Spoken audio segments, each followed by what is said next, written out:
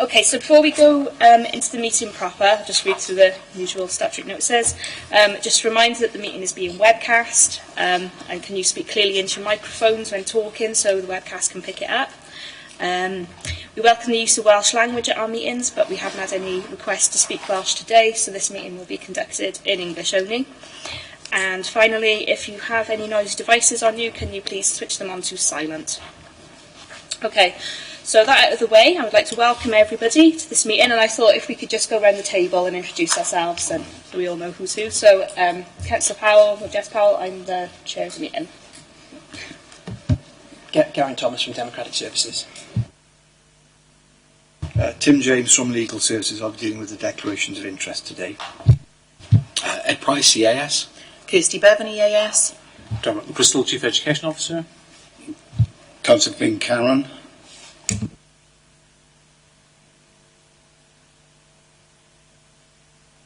Councillor Victor Overton.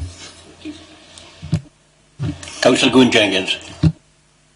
Councillor Colette Thomas, Trullops and Hencless. Councillor Rosemary Seaborn. Co-opted member Bernard Williams. Leanne Scarlett, Improvement and Scrutiny Officer. Thank you. Okay, if we have a look, if we've had any apologies today. Thank you, Chair. Yeah, we've got apologies from councillors Cathy Evans, Alan Jones and Raymond Williams. Thank you.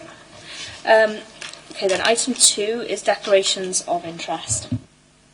Yes, thank you, Chair. If I could just advise members that in relation to item 5 on the agenda, which is obviously the main agenda item, the EAS business plan, members, you'll appreciate that this is a plan looking at the whole of the EAS area effectively, and particularly for us, the whole of Torfaen area, and that there is the annex attached to the report which deals with the Torfaen area. Because it's a report dealing with the whole of the borough, then in my view there's no need for any members to declare any personal interests because they're either governors of schools or because they have relatives who work at schools or attend schools, because the purpose of today's discussion, as I understand it, is not to look at any individual schools and discuss those in any detail, but rather to look at the whole borough-wide strategy. So on that basis, my advice to members is there shouldn't be any need to declare any interest at any stage. The only caveat I would add to that is that if during the course of discussions this afternoon, for any reason, any particular school is discussed in detail by a member who is connected to that school in any particular way, then at that point they may wish to declare a personal interest, but I'm not frankly anticipating that particularly. I appreciate that a couple of schools are mentioned specifically towards the end of the annex, but it's simply a factual statement saying these schools are regarded as red, these schools are regarded as amber, so that doesn't alter my view on that advice. So unless members have any questions for me, that's my view. I've got one. Yes, Councillor Caron. I've got one. I sit on the Audit and Risk Assurance Committee of the EAS. Right, so you're up. Sorry. You sit on the Audit and Risk Committee of the EAS, and what does that committee actually look at? Well, around funding, issues around policies such as health and safety, and general areas around governance, I suppose. Right. Well, that doesn't strike me, Councillor Caron, as a matter necessitating any declaration of interest, because that's not something, from what you've said, that's going to come into the discussions this afternoon in any way. Obviously, if there's a report specifically looking at areas that committee covered specifically, it might be different, but I don't see any need for any declaration on that basis. Is that all right? Any others, members? Okay. Okay, thank you, Chair. Thank you very much. Thank you very much. Okay, then item 3, looking at the minutes, the last meeting from the 15th. These are starting on page 3 of the agenda. So, are there any issues for accuracy that anyone's noted? If not, are we happy to approve them as a true record? Yeah. Fab. Okay, item 4 then is the action sheet. Do we have any updates on actions? No, it says nothing to update. We go straight on then to item 5, which is the EAS business plan. Obviously, we've all seen the report, so if I hand over, and perhaps you'd like to introduce it, and we'll go from there. Okay. So obviously this is the annual update to the EAS business plan. We've been here several times before. So members, I'm sure, are quite familiar with what we're setting out in front of you today. We're still in the consultation period, so this is very much an opportunity for overview and scrutiny to feed into the process. And our discussions are ongoing with colleagues in the EAS, so we're really hoping to have a rich discussion today, when obviously that will all feed into the process. So with that, really, it's straight over to Ed and just ask us to take us through the document. Yeah, there are 3 documents that have been alluded to. There's the actual business plan report itself, there's the Torfaen and LA Annex, and the business plan.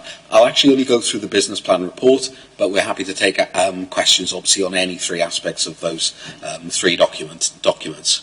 The summary, it is key to say that it's a consultation process. Reiterate Dermot's point that we welcome comments now. We welcome a written response from the committee as a whole as well. The business plan, it is a requirement of Welsh Government that we do an annual report in this style, in this format, at a high level. This is not a detailed business plan, and I'll talk about that later, how we develop plans underneath to manage the whole service. So priorities from the business plan, it is important to note, have been derived from local authority strategic plans. You can see them from the 5 local authorities all set out in the business plan itself, and you will note that there is significant overlap between the 5 areas across South East Wales, that there are commonalities to those strategic priorities. The 3 for Torfaen, outlined on the front page, it is about improving progress of free school meal learners as one of our core vulnerable groups, and we know that where schools improve the performance of free school meal learners, they improve the performance of all learners as well. It is not at the expense of the other group. It is Key Stage 4, I'm sure you are all aware, that is the absolute priority area for us as well in terms of performance. In terms of the second bullet point, interlinked, it again alludes to secondary schools, and it is about the quality of teaching and learning in those secondary schools. That is what we can have the greatest impact on collectively when we work effectively together. But it is also about the leadership within those schools as well, in terms of holding the quality of teaching and learning to account. It's very much working with those leaders to ensure that those vulnerable groups, they're added into that second bullet point as well. Boys, vulnerable learners, make appropriate progress over time. The third bullet point is the one back to leadership, in reducing the level of variability in the quality and impact of a leadership at all levels in secondary school.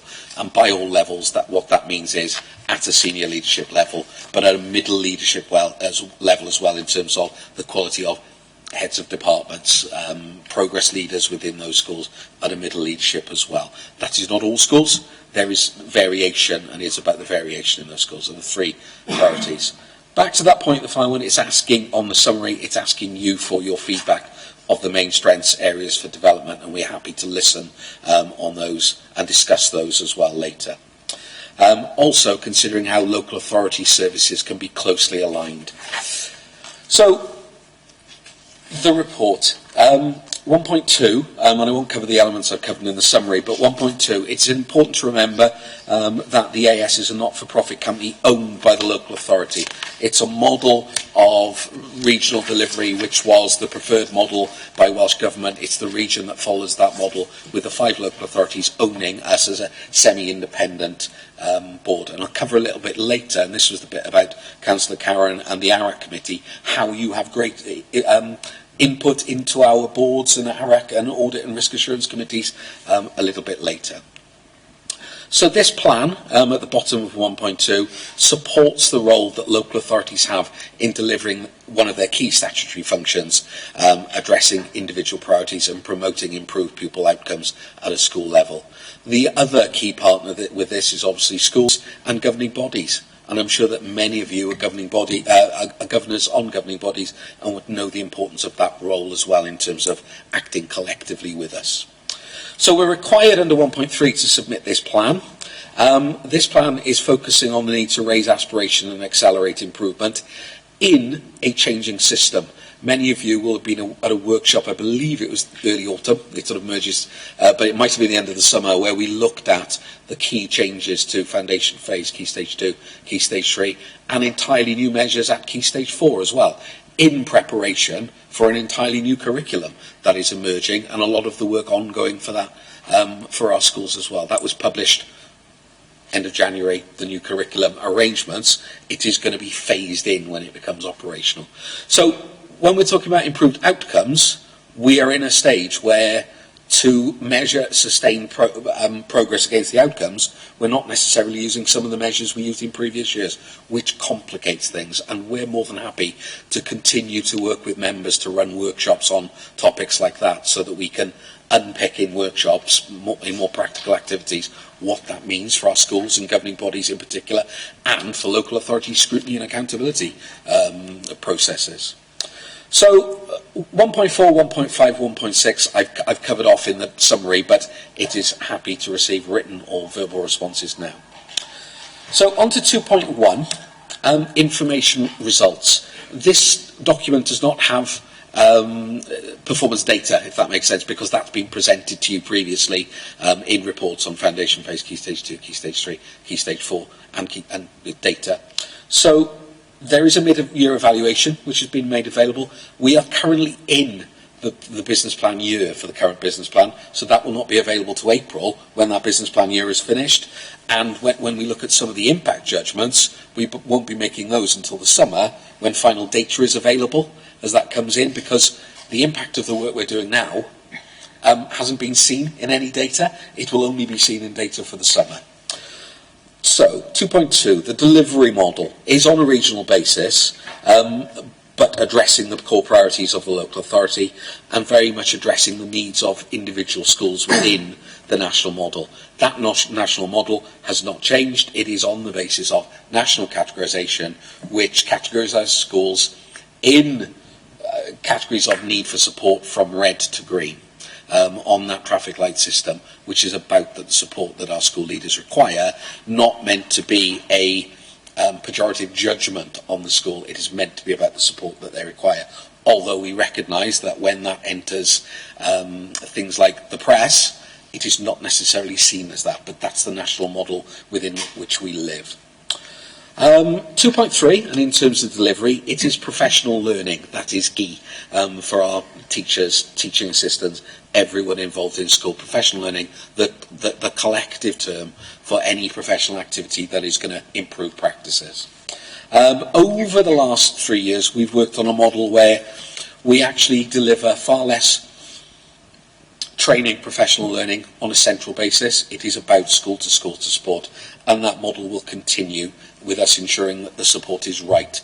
It's also seeking alternative models and not being afraid to go perhaps outside the region for the right support as well when we cannot find the right support and right matches internally. It's also about a cluster model as well, where there is strength in our primary schools, which we recognise are relatively in much less need than our secondary schools, that they are collectively working together as a whole, because ultimately for our primary schools the end game for them is at age 16 really. That's our aspirations as primary leaders, that we want to see our learners do well at age 16 on public examinations as they currently stand. 2.4 is about bespoke, so providing bespoke support packages to schools, but with the key driver being the school development plan. So rather than perhaps looking more at self-evaluation and judging where a school is, it's the signs of, do the school leadership know where they're going, and are they doing the right things to get them there in terms of support? So those school development plans are critical for challenge advisors. For us, last year was a pilot model of using surgeries jointly with the local authority, with chairs of governors invited to discuss school development plans. That was universal for secondary schools. It'll be on need this year, but an increasing range of primary schools as well, so that we are round the table to discuss what are your priorities, how are you going to drive that forward as schools. 2.5 is about the right culture of change, and that it is collective responsibility in terms of all partners working together. We also use, under 2.6, forgive the diagram where the print is a little bit small, but this is the research that we have used over the last 3 years. The top two lines are the same as previous years. The lines below are currently what's going on. ongoing value for money reports, which we can present to you as well in terms of I believe we've reported one to this scrutiny committee in the past, can continue to do that by an external former audit officer official who looks at value for money, working with experts as well, in terms of a couple of examples there of Steve Mumby and Professor Mick Waters, where they're almost coming in to perform short-term reviews of us. So their work is very much reviewing what we do, giving us feedback, learning from international and national and international best practice on how we can improve. And we will always strive to learn from that. The 2019-20 programme of research was very much about case studies. There are, which will emerge out of these over the next few months, about 60 case studies of good practice work across the region in those areas listed. 2.7, and this is about our consultation, but there are 4 key consultation groups that I want to discuss there. The first, the Regional Joint Executive Board. The Joint Executive Board are members of the Cabinet members who sit on that board to direct us as a company in conjunction with Chief Education Officers, Directors of Education. There is then the Company Board. That's the non-education cabinet members, a non-education cabinet member who will sit there and be seen as a member of our board, not representing their council when they undertake that activity. You also have the Audit and Risk Assurance Committee, where the risk management in terms of performance data, in terms of finance, is scrutinised in much more detail by the members who sit on that board. So those groups have been consulted with on the business plan. Individual local authority scrutiny, education scrutiny members is the fourth and final group, where I wanted you to say you are part of this consultation process now.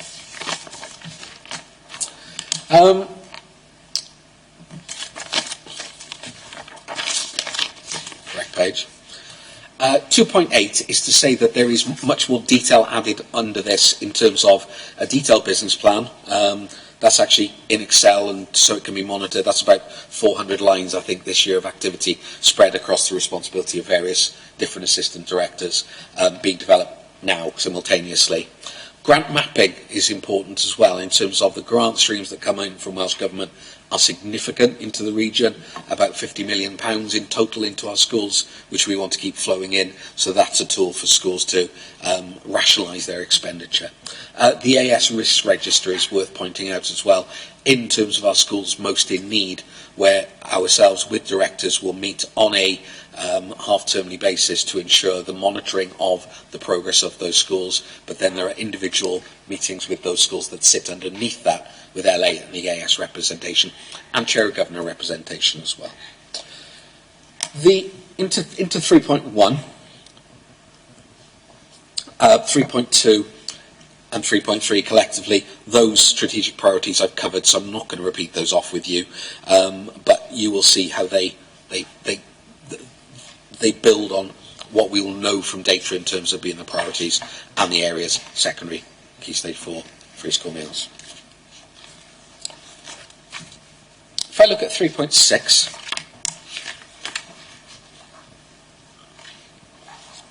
these are some of the key areas where we feel that there is further work to be done. And in this business plan, as well as the new items, it is incremental change on many of the approaches that we're taking as well, to evolve the way in which we work with schools, rather than scrapping things, throwing them out completely. It is evolutionary change.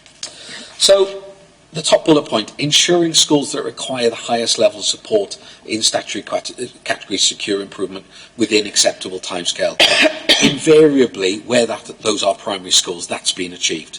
We know that it is secondary schools that have taken too long to turn around and improve. So it is setting out those clear timescales for improvement and taking action for them to be removed from a statutory category. Consider the second point is leadership. And there have been a wide range of approaches to leadership and developing leaders, particularly in the secondary phase, but it is ensuring that there is the right pace of a conveyor belt of leaders coming through, identifying them at the earliest possible stage, getting the support and professional learning in for them on a strategic level across the region. Third bullet point, intervention and continuing to refuse to compromise in terms of when children are losing out on a good education. So taking that action, that robust action at the earliest opportunity or the earliest appropriate stage. That fourth one, the talent management and leadership framework, focuses on the second bullet point, but also on middle leadership development, on individual schools and clusters rather than mixed cohorts. So it's developing at a cluster level as well, in between primary, secondary interface. The fifth bullet point relates to those working with our schools and ensuring we retain a high bar for the identification of those. It is not always easy to recruit into the right posts in terms of challenge advisors, particularly issue in Welsh medium. And at times these people cannot be magic up who are there, but sometimes it's a sort of acknowledgement of refusing to accept second best in a way in terms of how we recruit the right people to work with our schools. We still have standards to apply on that and encourage recruitment very much sort of through formal channels, but informally and actually going out to get the right people as well. Continuing to build the capacity of governing bodies, and one of the models there, we know that governors will do the core training of induction, data training, perhaps sometimes reluctantly with some governors, and you'll know governors like that on your governing bodies. But then the broader training, which is the stuff that really matters on how to develop professional learning in your school, understanding the grants, understanding the new curriculum. We can put on sessions centrally, but there are some, and even spread them across the region. But we see a model of enabling groups in clusters to be able to work together to facilitate their training. We'll explore e-learning models as well, but those models do not suit everyone. Sometimes to actually get together as a cluster in a local venue to unpick those local challenges is a better approach. So there's a pilot model for that taking place after half term in preparation for this business plan, which we intend to roll out very quickly for governors. And the final bullet point there, improving the quality of teaching and learning, including skills development in identified key secondary schools, is critical. 3.7, it's continuing to work on, and I'll speed up a little bit on some of these, it's continuing to work on peer review models at the highest level, so our green schools, ensuring that they're having the professional development of working with others in addition to supporting others in other categories, in higher support categories. Developing a broader range of evaluation strategies. You will see that we've gone out to work with external partners as part of that table with the evaluation, with the green rectangles on there. But we want to increase that from start to finish of programmes, so that we're recruiting HEI partners to work in parallel to evaluate from the start of programmes rather than retrospectively. The last two are internally, but strengthening governing arrangements through appointment of non-executive directors on the board, which is a process that's nearly complete, some recruited there, one more post to go, and continue to promote succession planning internally. The key on 3.8, curriculum for Wales is the key driver for what we're achieving at the moment, but we know that there are certain underpinning things that some of our secondary schools need to get them to that position where they're able to fully engage with the curriculum change. So as part of that, engaging in 2 pilot programmes for schools causing concern, which are national, to ensure that their progress is made, they make progress more quickly. Professional learning nationally, and ensuring that elected members fully apprise of changes to accountability arrangements. There are a range of optional workshops that we can offer you on all of these topics, and if you want to unpick, I know I've made this offer in the past as well, but if there's any that you want to unpick, we will get the right people in front of you to talk with you about any of the issues of concern. As a workshop, sometimes that's more productive, so happy to do that. The LA Annex documents, I'm sure you will have questions on, but at a summary, we know, looking at the national categorisation, that the primary schools is generally a positive picture, with an increase in the number of green schools to over 50%. We have elements of schools that in inspection in our primary schools have had a number of excellent judgments, we know that's a positive picture. The secondary is not the same. We know that that is our area. There are too many secondary schools that remain amber and red. The data in those LA annexes compared with previous years is less because of the Welsh Government changes to accountability. There are, though, progress grids in there. There are lists of ESTIN outcomes. There's hopefully the range of data we need to fulfil Welsh Government requirements as part of this in LA Annex, and the strategic priorities of the local authority in there as well. Okay. 3.10 is a list of key strategies. The Challenge Advisor role is evolving, will continue to evolve. I think when the model was first set up in 2012, it was seen as the Challenge Advisor was almost the cavalry arriving to sort everything out in a school, or even the Lone Ranger arriving in a school to sort out everything individually. We knew at the time that it was much more complex than that, and it involves a range of support and brokering and challenged appropriately.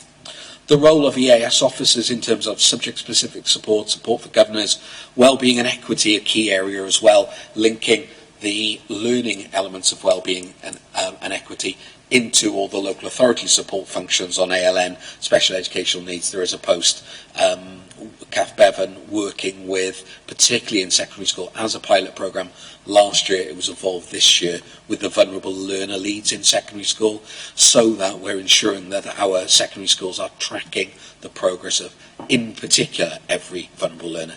It should be every learner, but those vulnerable learners are the ones that need the greatest support and where there's greatest variability in outcomes. The third one, access to funded school networks of professional development being critical, which is putting funding back into schools. Access to the professional learning, which I've alluded to. Peer working and peer reviews, I've alluded to. And looking at models for coaching and mentoring for teachers and in particular leaders, and in particular within the secondary phase as well. Implications, final section.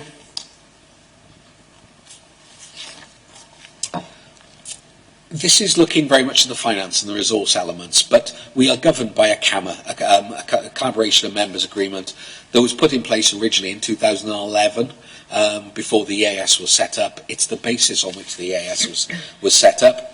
It has evolved with members' involvement in recent years, but it was one of the key governing documents of how we're set up. In it, it explains how we are funded. Now, we're currently funded from three sources: the local authority core contribution, the regional school improvement grants from Welsh Government, and a service level agreement for governor support services, which is a very small, relatively small element of it to fund the governor support service. And there is a spending plan which will come fixed to this as well, and in the business plan, you've got the high level spending plan. Delegation rates are key for us as well in terms of the grants that go to schools. It's a large sum of money into the region. 94% of it is delegated into our schools, which is key.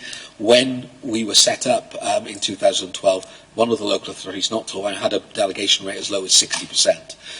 So the funding was used to support the central services rather than being used in schools for school improvement. So that delegation rate has peaked at 94% last year, this future year, and we will seek to retain that as a minimum.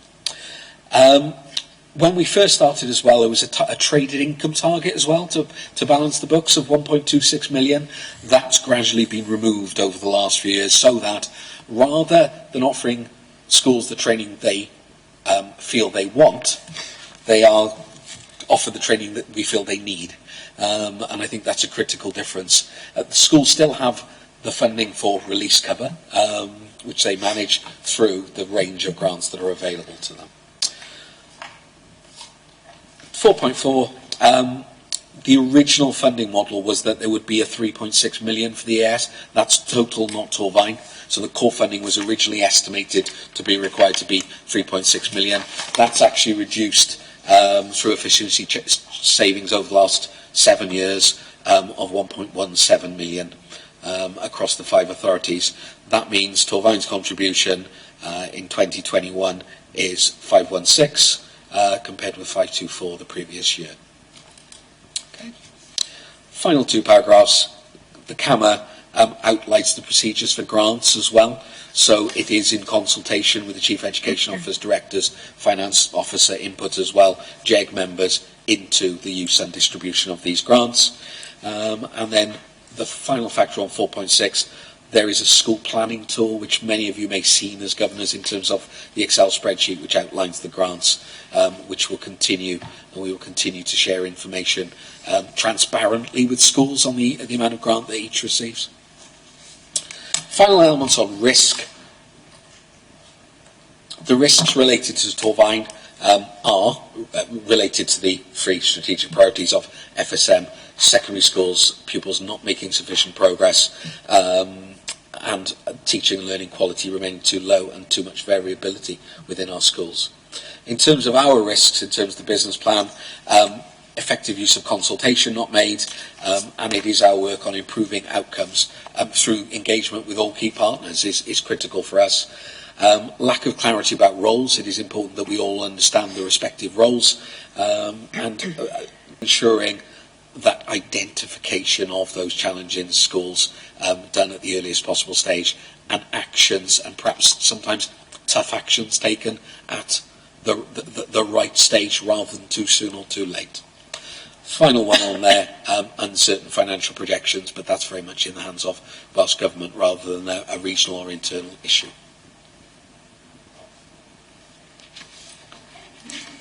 Thank you all. Right then, members, questions and comments. Who would like to start? I look at Rose only because your name is there. Thank you, Chair. Thank you, Ed. That's quite a run through, and I may duplicate things that you've already mentioned, so excuse me and do that. We thought of these questions yesterday, and you've done your presentation. I'm sorry if I've been preemptive. No, it's okay. So I'll take the first question. And how can progress towards strategic priorities be assessed by local authorities and members if no targets are provided within the business plan?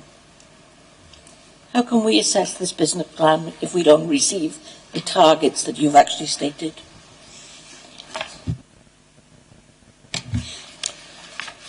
The difficulty with targets is traditionally we have taken targets by aggregating them up from schools. So the targets that we have set, your KPIs, as you would know them as members, as a local authority, have been derived from, at Key Stage 2, we would collect the targets from every primary school, we would provide challenge into those primary schools, secondary schools we would collect the targets. We are in a situation now where we are in a process of collecting targets, but we are not then meant to use them, and this is Welsh Government decision, and I know we've discussed this at a previous scrutiny, aggregate them up into a target which we can then use from a meaningful target. If we look at Key Stage 4, we have 5 new interim targets that were put in place by Welsh Government for 2019 for the first time. They were announced in February of that year. We couldn't have set targets for them because we didn't know what they were, if that makes sense. Currently, there is no legal requirement under the statutory arrangements for target setting for secondary schools to set targets for Key Stage 4. Can I just say, it wasn't about setting the targets, it's about this business plan and us knowing how you've achieved what you're saying you've achieved. Right, okay. What I'm looking at here is the business plan for the consortium for Central South. And after virtually everything it says, you know, the business plan objectives, it says how we will know whether progress has been made. Right. So that's the sort of thing we're looking at. Okay, what we've tried to do in previous years is that very thing. So with each heading, if you like, or each subsection, in the past years you will have seen success criteria. So our business plan has always been set out in that way, and when we're reporting mid-year updates to the local authority, which I'm sure will come through this committee, you will see updates on those very sections. So there are mid-year reviews that come through to JEG, come through to local authority, okay? What we've tried to do within this business plan is make it easily readable for all members of the community, teachers, children, etc. So what we've tried to do on page 20 of the business plan is capture on one page the ambitions for 2020-2021. They are in fact all the success criteria. It's page 37, apologies, on the bottom of your report. It's very colourful in the version I've got in front of me. They are our success criteria on one page.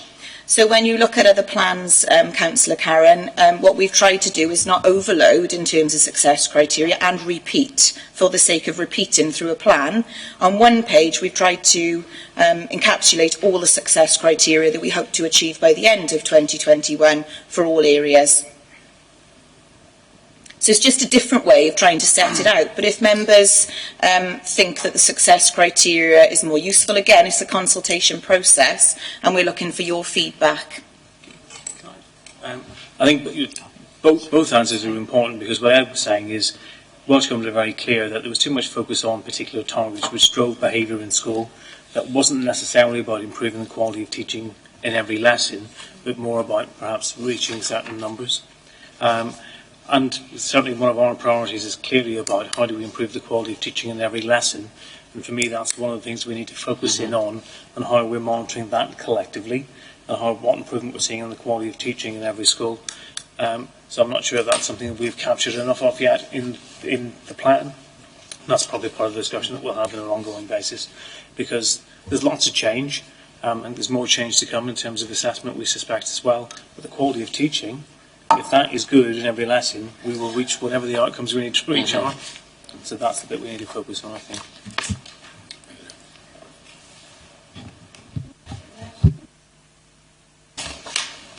In paragraph 1.4, you state that priorities for the business plan have been derived from the local authority strategic plans. My question is, do members have sight of this, as I can't recall seeing this document, and would be interested to know what the improvements were that were identified? That's a question to me, obviously. So the strategic plan is part of the service plan, and that's with the Chief Exec currently. So obviously we identified the priorities in discussion with colleagues in the EAS, but those are the key areas I think that we've talked about in committee before as well. So those are currently in the service plan. I'm not sure if those have been published yet, but I'm assuming that they will be. All the service plans will be coming through Council in due course. I think it's just a timing issue in terms of the service planning issue. If I ask one then, I got a question around governor training. So we mentioned there that you're looking to change. I mean, my feeling always with governor training is that there should be something more substantial and long term, because every year you're asking people to attend workshops, etc., on things which, I mean, for a lot of governors, they will be on endless different bodies, you know, like safeguarding, for example, they're doing that 6-7 times. Whereas if there's a proper qualification or something, you know, and also it's like a payback for being a governor, which I think would attract governors. I'm not saying this, you know, for EAS to do itself, but something that Welsh Government should think about. But my thought is, you know, are you looking at something more wide-reaching along that scale going forward? The core training and the mandatory training is the mandatory training, first of all, from Welsh Government. I think it's a very good point that what we are trying to do with the training on the cluster model is make it a programme. So not make it isolated little chunks of training that you collect over time. It's part of a coherent programme.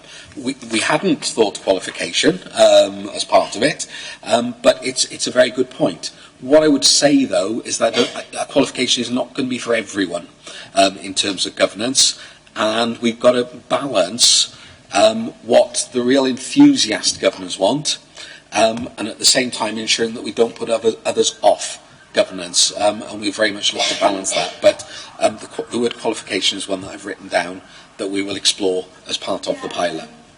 Just come back on that, before this I was working in volunteer coordination, so it was a big draw if you needed people in, you know, was to give something back. So yes. I don't know, obviously some schools do struggle with recruitment, so you know, they could be called for it. And I know there was a stage where we always had certificates at the end of every course, which are actually printed out physical, nice card certificates.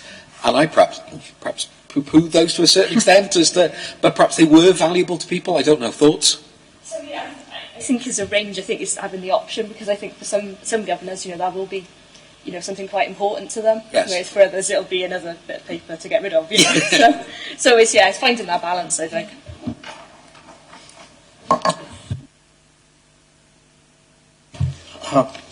Thank you very much.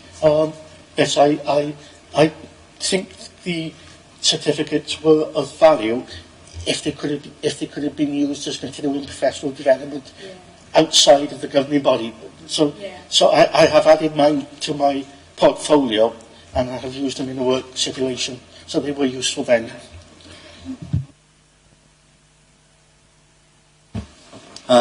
If I could, I've been a bit cheeky really, because I've looked at everybody else's, right? And here, I don't want this to sound unkind, and I'm sure that as a local authority we are doing this, but when I looked at this ERW one, all the way through it, it says local authorities will facilitate school-to-school support. Local authorities will share information provided through. Local authorities will identify suitable candidates. Local authorities lead for leadership will engage.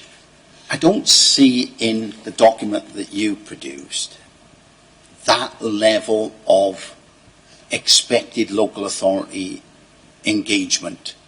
I mean, are we getting that? One, and two, if we are getting it, should we be making more of that in the document? Do you want to start on? If I can pick that up, the ERU business plan and the way ERU is organised is very, very different to our region.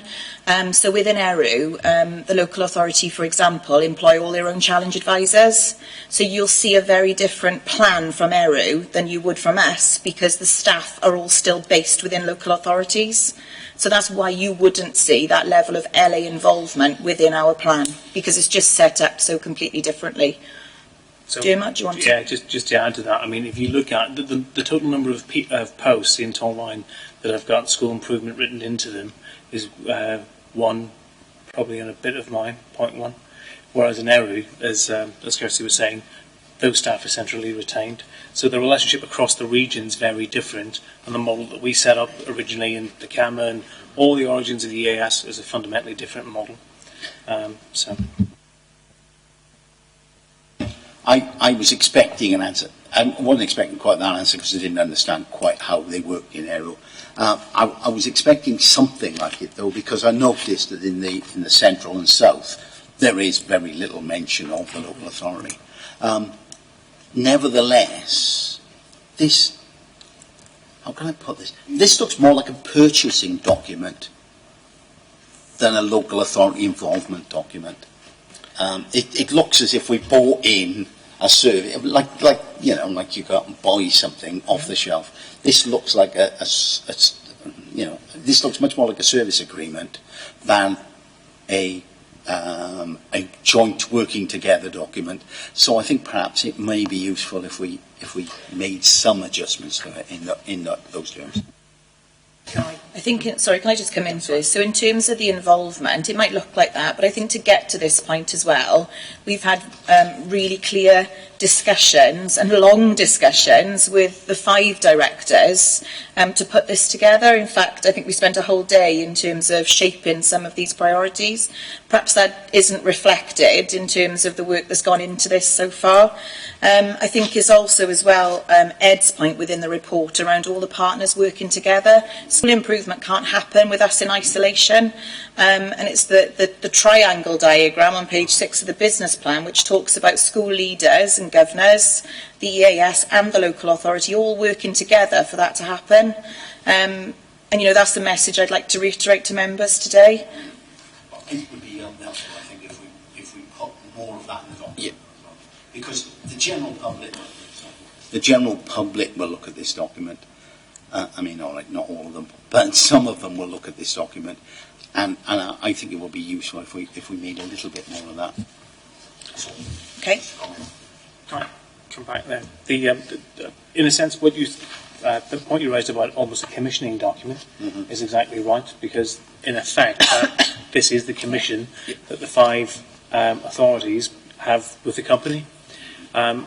It's not the sum total of everything that we do, and it's a much. The diagram's absolutely right. That's what we need to focus on. I think you've got pressures on you from Welsh Government to be compliant with what they have asked for. but there's a much richer picture. And I suppose that the real question is, how do we make everybody aware of how that interplay between all three components, between school leadership, ourselves as the local authority and the EAS, real? How do we do that? I'm not sure we can do it just in the document, but maybe there's other things we could add in to help. But maybe there's another space where we could actually make that clearer. So in the past, we've worked long and hard on roles and responsibilities. We look at that on a regular basis. We constantly revisit it. And maybe that's not apparent everywhere. So I think collectively we could have a think about actually where would be a good space, be it on the EAS website, the local authority website, whatever, where we could actually capture some of that richness as well and answer some of the questions that people have. And avoiding duplication is a key strength, I think, perhaps relatively to some other regions. Yeah. How will you ensure schools that requires improvement are identified at an earlier stage, timely manner? And why has this not been possible before, especially when progress against STPs and targets are captured and monitored on a termly basis?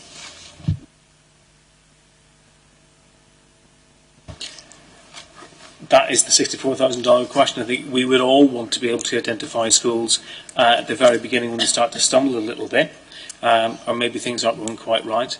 I think I'm quite confident that we've got systems in place where we are identifying schools which are in difficulty. We've certainly improved those processes over time. And notwithstanding the discussion we've had about target setting, where we don't have the same sorts of targets we had previously, we now have local targets for each school that we've individually discussed and agreed with them. We've got systems in place to make sure that we do monitor those. I think some of the issues in terms of getting traction with schools that are a little bit stuck are much more wider than simply measuring where they are with the target. And it's about the level of engagement that we can get with leadership, with governors, and that isn't as straightforward in all cases as we'd like it to be. As I said, within primary, we've seen rapid improvement over the last 2 or 3 years. We've got one school categorised as red at the moment. That's particularly around a leadership issue because someone's been absent and the school needs extra support. So really working well there. Clearly, and members will know there's an extraordinary council meeting coming along, so I won't preempt everything we're going to say there. But the 3 schools in red at the moment, they're red because they need that level of support, and that support is what they are getting. They are complex organisations. They're not straightforward to fix a school. Sometimes that's really in a challenging circumstance, but that support is there, and I think we're getting much better at identifying schools at risk earlier on. But just to kind of back up what Dermot has said, but just to add a little bit more, just to reassure members that we are investing in conversations with the local authority on a monthly basis. We have what's called local authority quality assurance meetings, where we meet with Dermot and Sharon, myself, Debbie, our managing director, assistant director. We're all committed to talking about these schools and sharing information in a very timely way to ensure that us, the local authority, and schools are taking the appropriate action. But those schools in red are red because they need those levels of support. And there are very complex situations, very often in some of our secondaries, that do take time to effect change. But surely if they would have been sussed out a lot earlier, would they still have been in red? Couldn't this have been gone, before they came into red, and they could have worked their way backwards instead of forwards? Well, we've actually seen a number of schools. So if you look at, I don't want to name them because of what Tim said earlier, but we've had 2 schools in significant improvement who have been in an Eston category in the north of the borough, who are now out of that position. So what I would say is we don't want any of our schools to need high levels of support. No one wants that, because if you don't need high levels of support, you're going to be attaining well and standards will be good and children will be happy and so will staff, so we don't want that. But I think we've got the systems in place where we're really now able to tune that level of support to schools. But we've got legacy issues where schools have got significant issues around leadership for a range of different reasons. We know we're working very hard with schools in terms of improving the quality of teaching. And again, these aren't things that are going to change overnight. They are taking time. But I'm confident we are having traction in the majority of our schools who are in difficulty at the moment.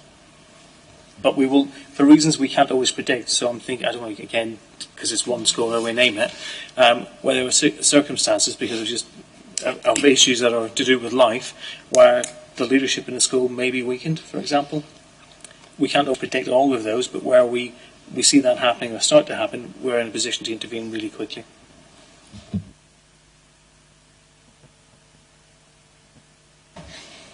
Back to the report. In paragraph 2.1, you state that mid-year evaluation of the current business plan has been submitted to each of the EAS governance groups and has been made available for local authorities to share as appropriate with their own democratic processes.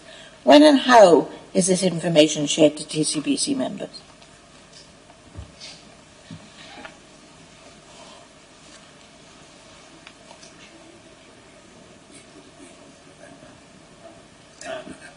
So if that came through in the end of November, in the first instance that would have went to the directors group, and then it was presented, I'm trying to think when it was presented to JEG. JEG, I think. So it went to JEG and probably came through the audit committee as well.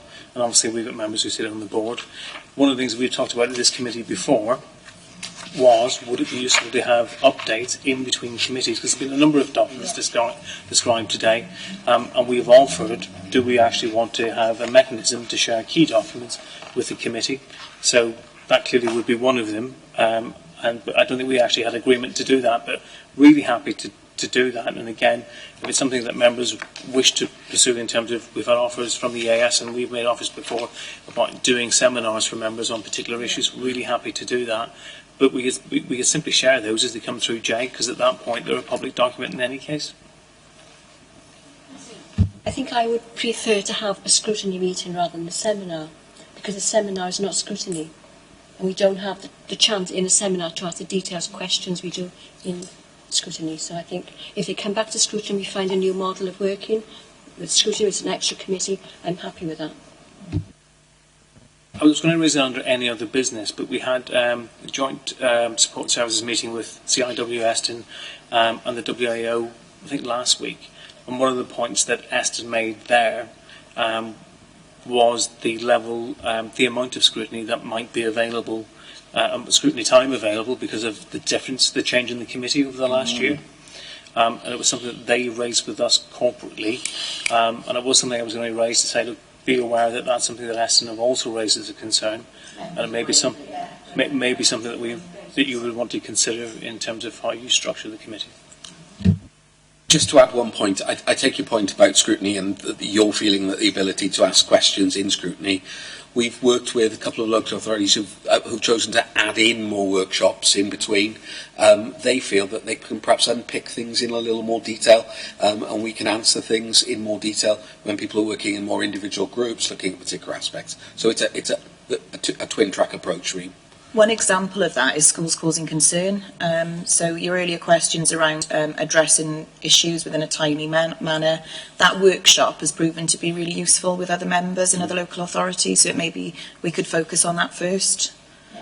I think it is important that we do get back to some kind of form of structure, because we do feel that we are not really getting down to the nitty-gritty that we need to know.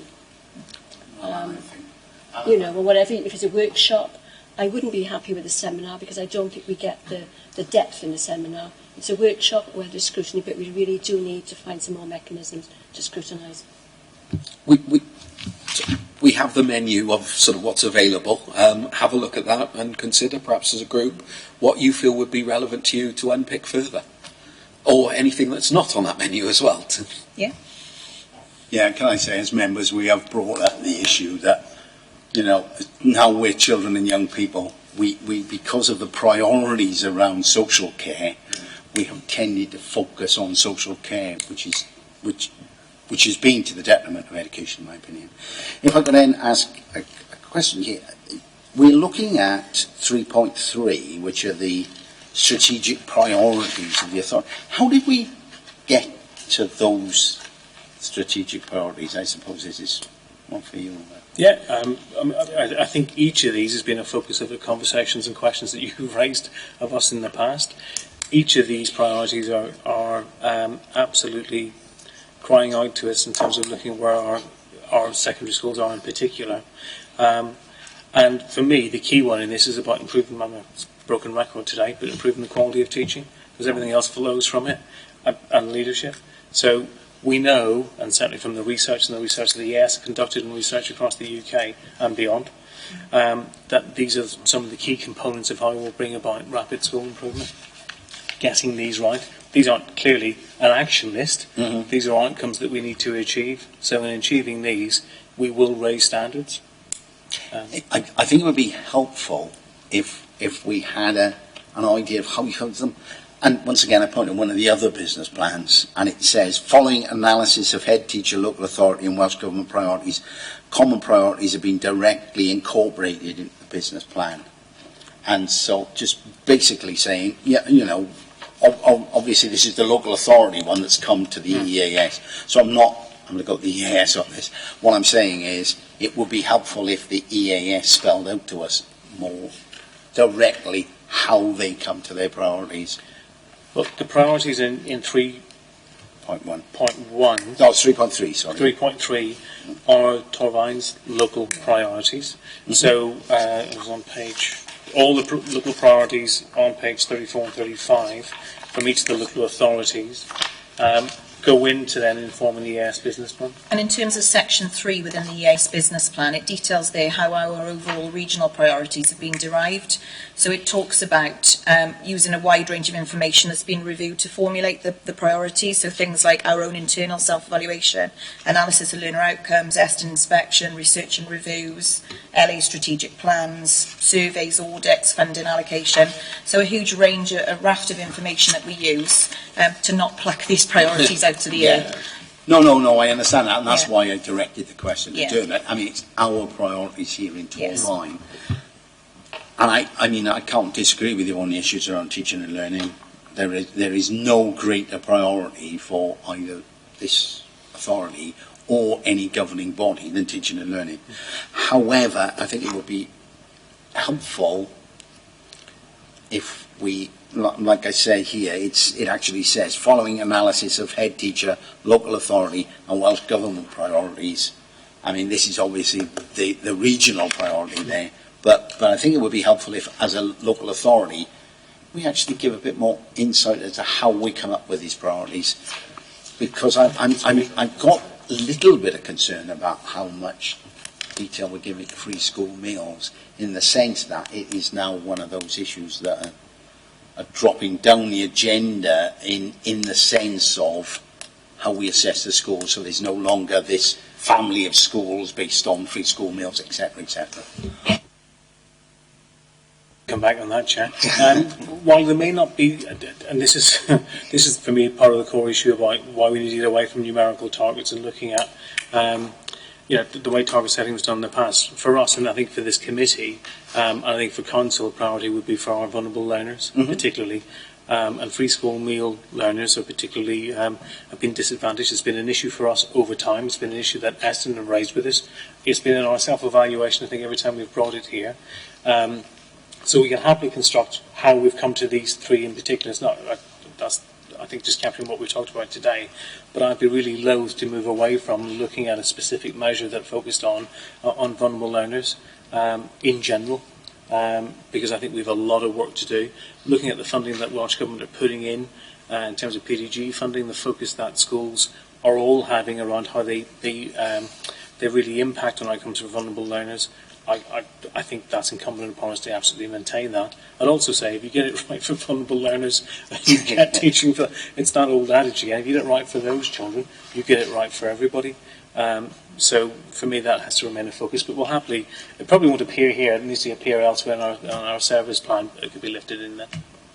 But because of the changes, are you going to be able to assess it as easily as you have done in the past? We still track all learner outcomes. We still have a rich picture of how schools are doing. We still look at schools where they are in terms of the school development plans. We're looking at, I think most STPs have something in around free school meals, and that is something that's part of our ongoing discussion with schools when we talk to them almost every encounter. But if I can back quickly, free school meals are starting to be a bit more of an issue in terms of universal credit and the fact that some people are no longer eligible for free school meals because their parents get other benefits. So free school meals is beginning to be a difficult indicator. That's really what I'm getting to. And And, sorry, Chair, that's all right. We've had a 5% increase in free school meals over the last 2-3 years.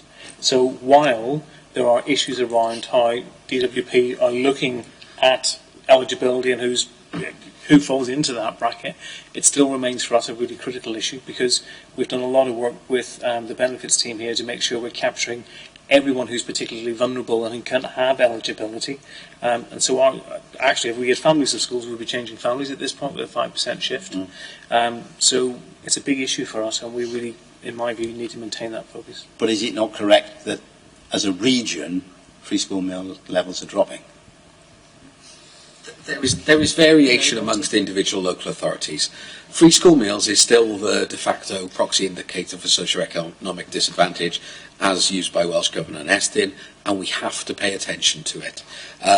We do not rigidly say that it is to the exclusion of other learners, and the grant terms and conditions, for example, don't do that either. But it is the one indicator, so we have to track it, and we do have the data to be able to look at that, the performance of those groups of learners. I don't know why it's not working. That's because I'm pressing the wrong side. You think I would know by now, right? But yeah, I just wanted to comment on that. I agree with Glenn. It's a really important. It's a still a really important indicator. But my concern, because obviously so many people have just been cut off this year, and next year will be more again. That we still tracking the people who would have been eligible. That there'd be a big number of people there who would have been and suddenly won't be. That we don't lose sight of that. I think that becomes problematic in terms of identification. There was Welsh Government were looking at EVRA in terms of looking at trying to make sure that those particular youngsters were captured in the way that grant was allocated. I think that's still some ongoing development around that. We're waiting to hear the outcome of in how they allocate funding. But I think Welsh Government have recognised that too, and it's something that we're keen to make sure I'm keen that we keep an eye on this, because we'll get more funding in as well for our schools on this, as well as it being an important issue. We've got more vulnerable learners identified now, which I think is a good thing. It's a more accurate reflection of our population, and we just need to make sure we've got the right support for them. Just on that point, Chair, I think it's really important.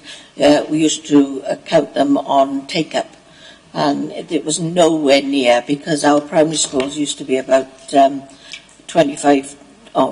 Between 17 and 20%, and then they go up to the comprehensive school and be back down to a very low number, which just didn't show right. And so many other grants rely on the data for free school meals that we would be losing out really badly.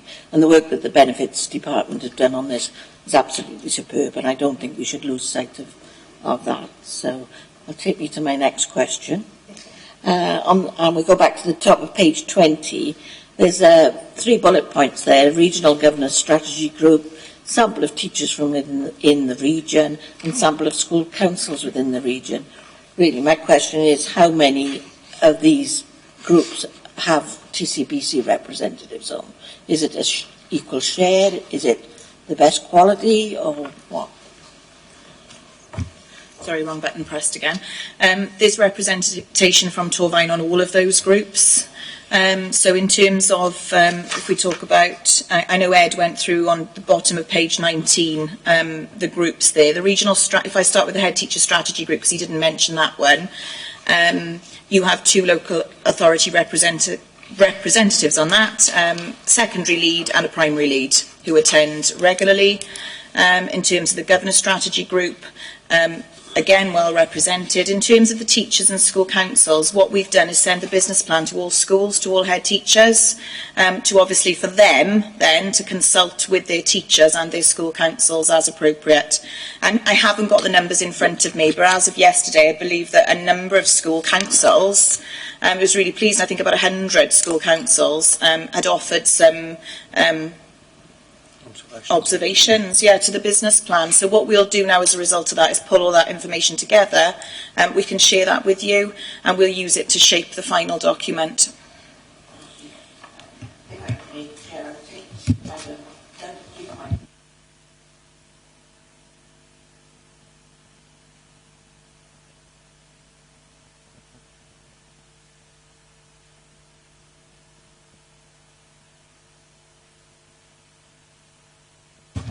Yes, actually one school in Torfaen is part of that national programme, the pilot for schools causing concern.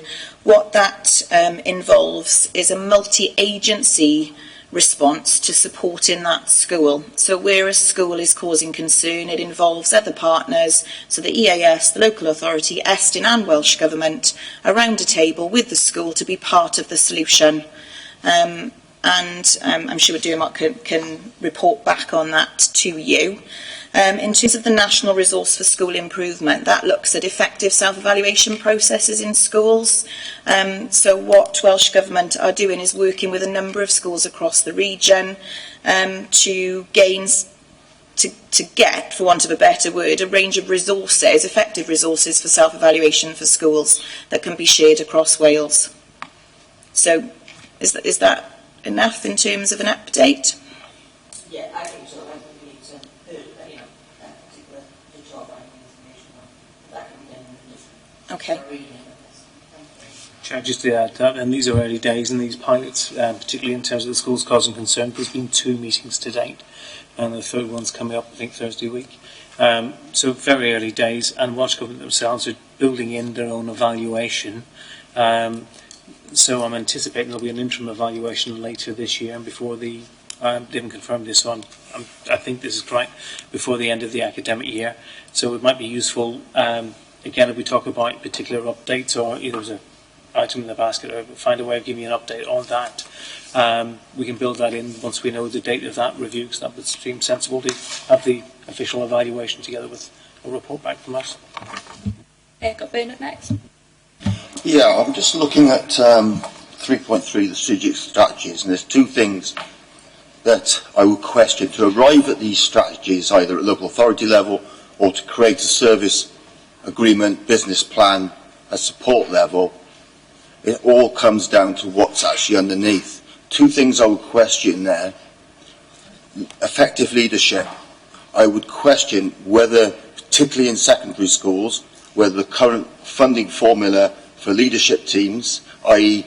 what does a school require in terms of capacity and its particular makeup, are fit for purpose, or are they antiquated and out of date?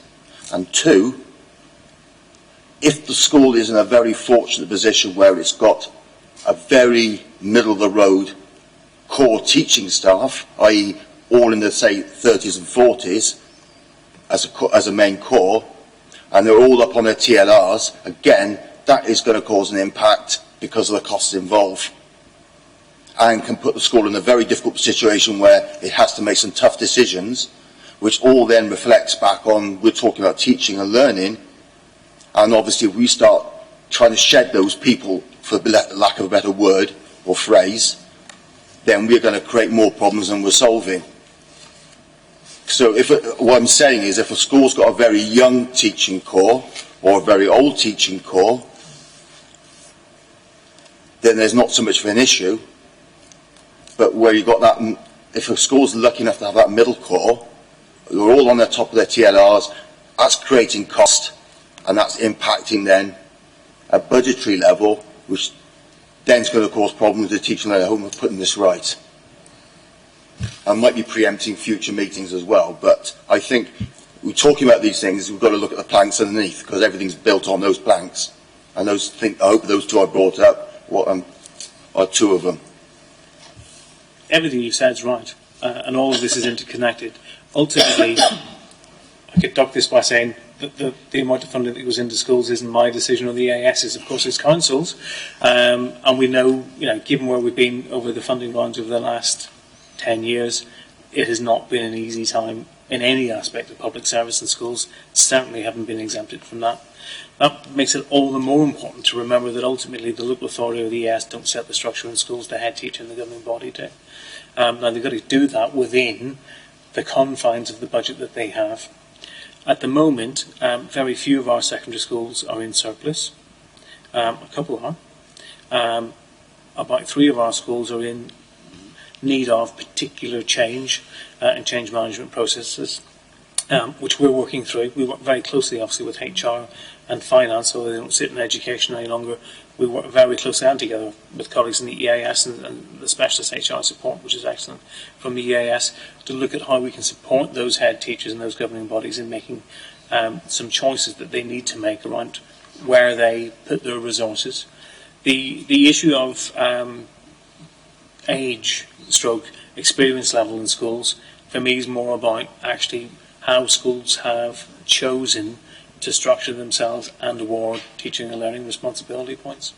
I think when times were good and when the budget position was much healthier, TLRs may have been granted in a way that perhaps these days we'd think differently about, but that creates some legacy issues. Some of our schools are now grappling very hard with that, and it's not uncommon in, I think, all of our secondary schools, where there's a position that more than half of the staff have a teaching and learning responsibility. Now, I don't think that was ever the policy intent of TLRs when they were brought in. But over time, those of us working here now have got a legacy of, well, actually, a lot of people do have those. The question that we would ask is, what value does that bring for learners in terms of that spend? Now, there's other ways of looking at this, and the trade unions will say that's someone's life and that's someone's paying conditions, and I respect that. But equally, our focus has to be on how does that spend give us a better outcome? How does it bolster the quality of teaching? And how does it get us better standards? So those are the sorts of discussions we're having with our secondary and primary colleagues to some extent, but particularly secondary, all of the time. And that, that does bring us into some difficulty with groups who have different views on how that spend should be, but that's a really live issue. I don't think necessarily if we were to somehow, if someone's got the magic wand, I usually say this most meetings, and can increase the budget by 20%, that wouldn't take away from the discussions we need to have about why are we giving those TLRs in certain ways and what are we getting back in terms of outcomes for children. So regardless of the budget, we should have those discussions as well. Overall, it's tough at the moment. There's no way of taking away from that. There are some tough decisions that head teachers are having to take. The point they're making was that these are impacting on what we're talking about here, the quality of teaching and learning. We talk about free school meals and all the rest of it, and that's my concern. One of the things I don't think it's public yet, but one of the things I was shared with the Andrew, the Association of Directors in Wales exec meeting last week, was a bit of interim research from Welsh Government looking at levels of spend across local authorities. This is always massively problematic because the way that people calculate what they spend on education or what they spend on school improvement is very different. But it's interesting to look across those tables, those graphs, and you can note some authorities who are currently in significant improvement are spending apparently huge amounts on education and school improvement, and other authorities who seem to be doing very well aren't. There isn't necessarily a linear relationship between spend and outcome. For me, it's always about the quality of what you're doing with what you've got, but always there will be, you're right, there will still be additional pressure if the resource isn't there that we need, but we need to gauge both of those. It isn't, I can't believe I'm saying this all right, it isn't just about the money. Well, we would like some more for schools. It is also about how we're choosing to spend and how we're driving up standards and lessons every day and getting value from every investment we make. I've got one here that I mean, the question's quite basic. Do you think the creation of a sixth form college has had an impact on our secondary schools? But I'd like to add a little bit onto that, because following on from that TLR discussion, we've seen an issue around TLRs because all of a sudden we no longer have a sixth form, which has impacted on TLR provision within our schools. And we have a new curriculum coming in, which is also having an impact on the TLRs. Salary scales, because some of our schools with sixth forms will now be losing large numbers of pupils, so some of the salary scales will be coming down. And that will impact on teacher morale. Where and how is this being sort of integrated into the EAS business plan? we're responsible for that bit, not so much the EAS, so I better answer that. Although there is an impact clearly in terms of some of the activity the EAS do, because there is support for Key Stage 5. In terms of are the changes around post-16 going to have an impact in each of our secondary schools currently with the sixth form, other than Winclue, which retains it? Of course there is, and that's what we flagged from the very beginning with the trade unions, with the schools and with the community, as part of all the consultations that we did in order to get the permission to proceed. The impact on schools is going to be quite significant. We're taking out, the rationale for having post-16 was the affordability and the affordability of having separate provisions which were small. The concern that we were cross-subsidising from Key Stage 3 and 4 into Key Stage 5. I think there's some evidence to suggest that was the case, plus also the economies that we would get from having all of that co-located in one centre. So the rationale for doing this, Council agreed, and I still think it's the right one, but the impact of that on schools will mean that they're obviously losing a considerable number of staff. We've been working hard to try and put together a contingency in terms of the change management. I think we've said at committee before, the change management budget in education, because we centrally manage that for schools, in a normal year is £1 million. So put that in context, that's the equivalent of doing ABS review that the council went through every year. That's what we currently manage. The post-16 costs could be more than £1 million. It's hard to know until we get in and see who's actually directly impacted. So it's quite significant. It is significant. HR and finance colleagues have been offering support and briefings to each of the schools impacted and the staff for some months now. And obviously we've been liaising with colleague Gwent to look at what opportunities could be that they would be offering, knowing that actually the total number of roles wasn't going to be increased, because the rationale was doing it together means you don't need as many. So all of our schools impacted by this are now going through a process to look at how do they bring the budget back into a balanced position over the next 2 to 3 years, because I think it will take that long for each of the schools concerned to achieve that position. But from speaking to certainly 2 of the 3 I've been mindful of, we're confident that that is achievable, and we're having ongoing discussions with the 3rd school at the moment. I think what David was saying is quite concerning there, really, and I'm just wondering whether that could be a topic for a scrutiny committee on its own, standalone, because it has massive implications for the schools, and I think that members might like to explore it a bit more. Well, before we move off school finance, I got a question more EAS based around the sustainability of the school-to-school model. So obviously, for a situation, if you're a green school, you've probably got it quite good. You can offer those services, so your SLT will probably be bringing in extra income. This is like around the finance side. But the one issue is if you're not a green school, your opportunities for bringing in that income are limited. And 2, around, brought up earlier around the movement of training new head teachers. But obviously when you look for recruitment, your school could then be very heavily reliant on the SLT bringing in that money through the EAS's programmes, if you see what I mean. And then, I just would like some comments on that and how we're looking to sort of, prevent that becoming a major issue in our schools. I think one important point to raise is it's not just green schools where there is effective practice. So without naming names with secondaries, we've got our learning network school model that we use across the region, and some of your departments within your amber and red schools have been part of that programme, and that's really important, I think, to say just because you're in a red support level, it doesn't mean you haven't got any good practice to share, and we're keen to continue that moving forward. We're also, when we link schools together, so a secondary perhaps within Torvine to a secondary outside the region, there's often funding allocated with that as well. So I don't think it's a detriment just because a school is in the highest support category that they wouldn't necessarily get the support or the funding to go with that.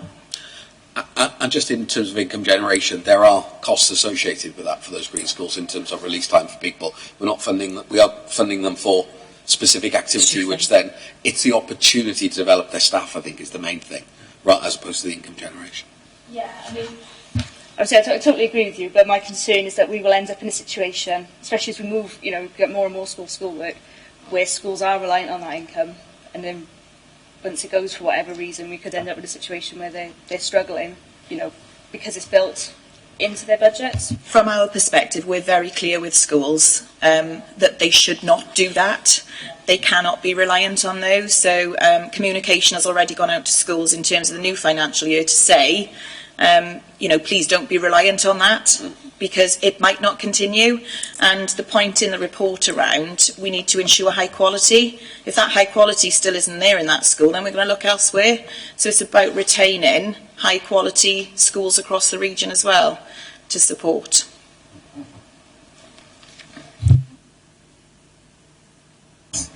I'm sorry to jump back, but 3.8, and it's the last but one bullet point. And this committee has shown concerns that we haven't had enough education scrutiny, and I'm not surprised at all to hear that Estin and Welsh Audit have those same concerns.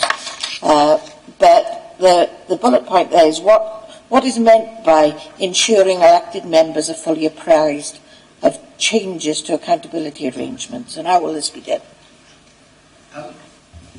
I know I've delivered the workshop on Foundation Phase to Key Stage 3 and Key Stage 4 changes, and that I think is a start of a journey on that in terms of, as changes emerge, we would like to work with you and support you more. That's what all that bullet point means predominantly, and the workshops we've offered. The clarification there on accountability arrangements is clearly within education. So in terms of what measures are used to hold schools to account, local authorities to account, as opposed to a scrutiny function per se.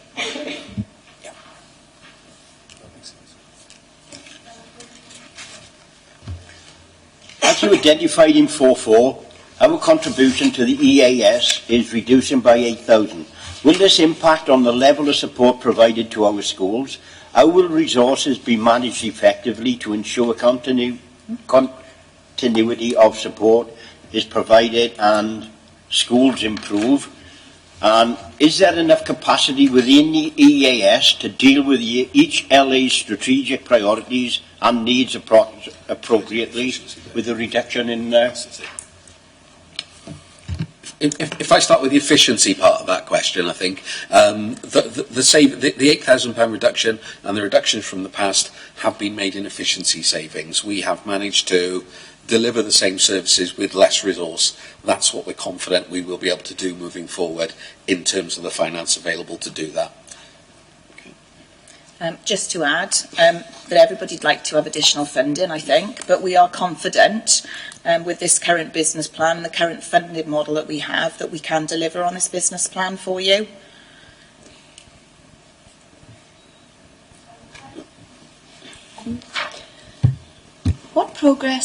Why is the progress across all key stages, especially for free school meals, taking such a long time to make any progress on? This has been a priority in the business plan now for a few years. And also I'd like to know where we say insufficient progress is being made, a risk, because regional and local services are not being sufficiently aligned. So how do we overcome that as well, please? If I start with the FSM performance, it's not straightforward. It relies on all partners working together, your local authority and what you do for FSM, us, what we do for FSM, what schools do. What I am excited by is that when we look at the provision that we're providing now for wellbeing, an assistant director has taken responsibility for that. Vulnerable learners is high on the agenda. We wouldn't expect to see impact necessarily straight away. It will take time. But I'm confident within the business plan that we are addressing those needs and working with the local authority within specific schools, because it's not about looking at aggregate data for the local authority on FSM, it's about tackling that at individual school level. So to make sure that within school development plans it's a priority where it needs to be, and then when we meet with schools, that we're looking at first-hand evidence to bring into those meetings together to look at those FSM learners and the progress that they make. I'd just add to that by saying I think that the process we've gone through over the last year in particular at reviewing school development plans and PDG spend plans, linking that in with the wellbeing work that we're doing collectively, has now given us a far greater emphasis and sort of greater clarity on where schools are making the spend, and given us the ability. I mean, one of the things the ES have done is look at the research basis and what gives you the best outcome in terms of interventions, and that's a matrix that schools have to write against when they put their plans together. So I think that scaffolding for schools has been quite useful, and it's enabled us to have a far more challenging discussion with head teachers, sometimes, you know, who maybe even not been used to having the rigour of that level of planning. So I think we're really joining up in the way that we coordinate that support for schools. It's not meant to catch people out, it's meant to support them make good decisions, and really interrogate the plans that they are putting in. For, you know, what Ed said, you know, there's 50 million that goes in terms of grants, so it's a huge spend. So I think we're really trying to coordinate the quality of that advice, the support, the scaffolding, and then that challenge when it comes to actually drawing those plans up. Ultimately, though, as well, it's the quality of teaching and learning that all learners get, not just FSM learners. So unless we improve the quality of teaching and learning and leadership in some of these identified schools, that performance isn't going to shift. So it's about that, again, that triangle of us all working together to make sure that there's a pace of improvement in identified schools.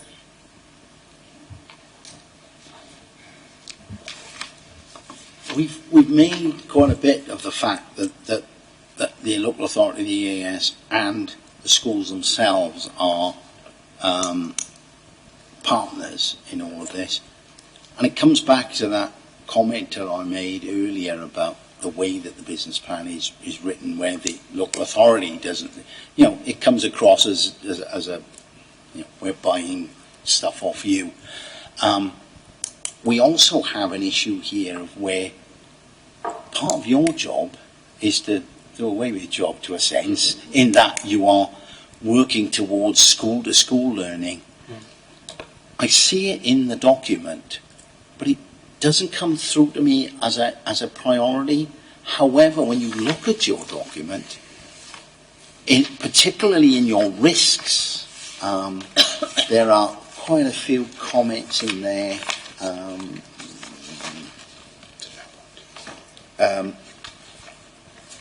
I can't find it off the top of my head now, but there's quite a few comments in there that the major risks seem to be around. Here we go. Full use is not made of consultation events. The work of the EAS will not be optimised unless there's engagement with all key partners, and schools are not held to account in a timely manner using the most appropriate strategies. It seems to me that it does come back to, if you were an outsider looking at this document, it looks like a purchasing agreement rather than a working together agreement. And I think perhaps there seems to be an element of this in that I'm not quite sure that it's how important the school-to-school working is, how important the leadership within the schools are coming out of this document, that will tell people that if education in Torvine isn't doing particularly well, or if education in the region isn't doing particularly well, it's not all the EAS's fault, if you see what I mean. No? Well, I mean, basically what I'm saying is we need to make more, I think you need to make more of that sort of partnership and joint working within the document. Okay. Because if I was looking, if I didn't know anything about education within Torvine and I picked this up, I'd say, well, education in Torvine doesn't seem to be doing particularly well. They've got a lot of red schools in the secondary sector. The EAS is doing a very good job. And I'm not convinced that is the case, frankly. I think your point is around. I think it's around page 6, that triangle diagram of the business plan, which I'm not sure what page that is in your document. Again, apologies. But it's about us not being able to be successful working in isolation, I suppose. Yeah. Yes. So I think you're talking about adding to that for how everyone needs to work collectively together.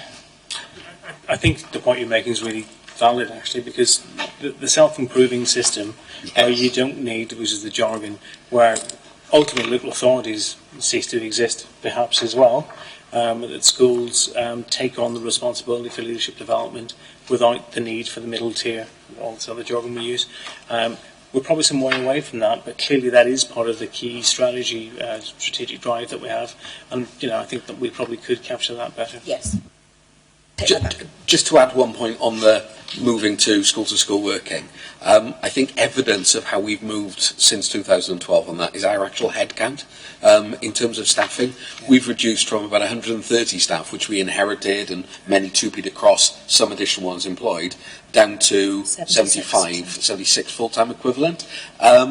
Decisions could have been made along all of these business plans over the last 6 years to prioritise our own staffing, with the grant delegation 94% rate not held as high as it is, but those difficult decisions have been made internally. I've got two questions, but they're linked. What are the main reasons and why is there such a vast difference with 52% of our primary schools being categorised as green, as opposed to nearly all of our secondary schools being categorised red or amber? What is going wrong in our secondary schools? My next question is, which is linked, is why do you think the quality of teaching and learning is weak in some of our sectors in our schools, and what can we do to improve this? I'll make a start on that. I think it's important to note that that picture is not unusual regionally, and it's not unusual across Wales. So Torfaen isn't unusual in terms of that profile of the primaries requiring less support than the secondaries. You have 6 schools in Torfaen, and I would reiterate that they are now in receipt of the right levels of support for their current needs. I'm going to be very honest with you. This is down to the quality of leadership in schools and the quality of teaching and learning.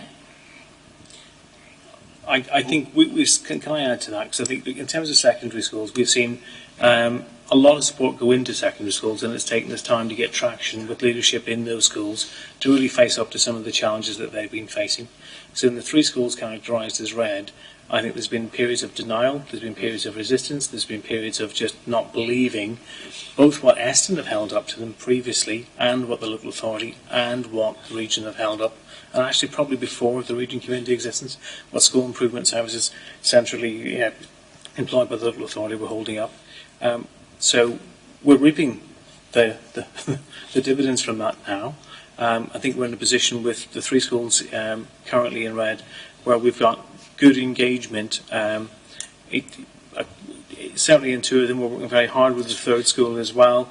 We're getting significant additional support in, and we're having to do that, including additional funding for deputy capacity, for example, in 2 of those schools, simply because they haven't got the range of leadership skills and capacity to tackle what they need to do to get themselves moving forward with our support from the position they're in. So for me, simple answers to complex questions are never satisfactory, but that's probably it. And I think there's been a lot of denial, and the aspirations that we, again, a question you've asked me repeatedly, and I think you've been right to ask it, we should continue to do so, is that in too many of our schools, good enough has been good enough, and it isn't. And actually, it wasn't good enough anyway. So people's perception of what they were delivering was wrong. Now, that's brought us into conflict, let's be frank, with leadership in some of those schools, but that's our role. Our role is to hold up that mirror, be honest and say this isn't okay. It isn't okay because those learners aren't getting the outcomes they need. So we have a legacy issue here to overcome. I would say we also had a little hiatus where we didn't necessarily, and again the subject that we've talked about with Schools Challenge Cymru coming in for a couple of years, where we didn't get quite the full range of intervention powers that we would have liked to have done as Welsh Government intervened. I'm not saying that as an excuse, I'm just saying that's part of the context. But we really are now putting in a very comprehensive range of support and high expectations in each of those schools. We're meeting with them on a monthly basis. We've engaged with social care, with Eston and Welsh Government in 2 of those. We're really grateful to Eston to come and support us in that work. One of them was in the pilot, one not. So we expect to see rapid progress. As far as I'm aware, over the last, 5 years, certainly in the existence of the EAS, all leadership interviews have been attended by EAS and local authority, and those interviews have been agreed by those organisations. So why do you think we're in this situation? Technically, the local authority hasn't actually gone to all of them. It's unusual for both the ES and the local authority to go. It happens occasionally, but it's one or the other. Ultimately, our role in that recruitment process is to advise the governing body. The local authority doesn't get a vote. The EAS don't get a vote in terms of making that decision. It's the governing body's decision. I know certainly during the first appointment I sat in this role, I raised my concerns with the governing body. I think it was my first 2 weeks in the role. I think we were both involved in that one. That was quite interesting. And actually the governing body chose to ignore those concerns. That's their prerogative. I thought it was a better candidate, and I made that clear. We will continue to do that if we feel that there's advice the governing body needs to hear and they haven't fully considered all of the evidence in front of them. We'll point that out. But ultimately, I don't have any statutory power to stop an appointment. So that's the governing body's decision. If there's a failure in leadership or governance, there are avenues open to the local authority to intervene at that point. But it's not for the EAS or for us. That's the way the law stands. The days of the local authority making appointments, of course, are a very long time in the past.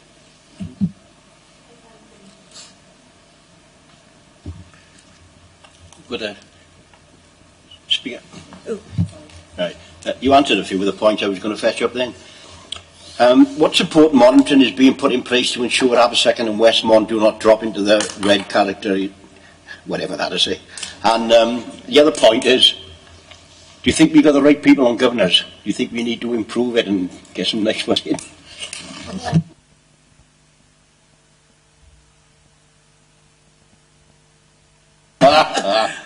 Chair, I may reframe that last question and answer it slightly differently, if that's all right.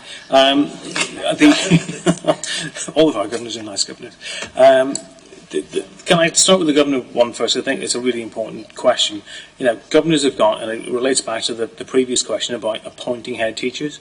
These are some of the most important decisions in the lifetime of a school and of many children that people who have volunteered to come along, give their own time, are coming in to make those decisions. And the way the law stands at the moment, you know, we can offer advice, but it's their decision. That's a huge ask. I've got concerns that puts a very great burden on people who sign up to be governors. I've certainly given a view to Welsh Government that I think we can strengthen how we support governors, and I'm also of a view, it's a very personal view, that we could actually look at professionalising governorship of schools, and that could take a whole host of different forms. I know that it's a very difficult balancing out for governors on their roles, and I'm not sure because of the way the legislation stands at the moment, we can support them as well as I would like to. And I think professionalisation of governorship is going to be, for me, I'll continue to advocate that for as long as I'm in this role, because I think that's the way forward. Sorry, the first part of the question then was... Just with governance and leading on, one of the aides is leading on governance and governor support. It's developing the training, but it's also ensuring we have governors' trust. I think there are times when we are seen as local authority and ourselves, when there are difficult conversations to be had, as it's challenging for governors then, but ultimately our interests are solely in the interest of the learners in that school, and we need governors on board and fully we need to be all aligned at that stage when there are difficult decisions to take, sometimes about leadership within the school. So I'm given to understand then that if somebody volunteers to be a governor, are they automatically put on, or are they interviewed, or they, you know, it's obviously anybody that got no idea of what they're coming into could be sat on there like a jury of 12. You get, you know. It very much depends on the category of governors. Parent governors, where there are one application for one post, they are on. If there's an election, it's a very brief process. Local authority appointed governors, there's a different process. Co-opted governors, there's again a different process, and it's knowledge. So it varies quite considerably. It's about the training and development at that stage. Can I just come in? Going back to what you said previously, that problems have arisen from a long time with the wrong people being employed. Not to keep going on about this, but surely the governors haven't been in the right place, haven't been the right people, are they? Because if they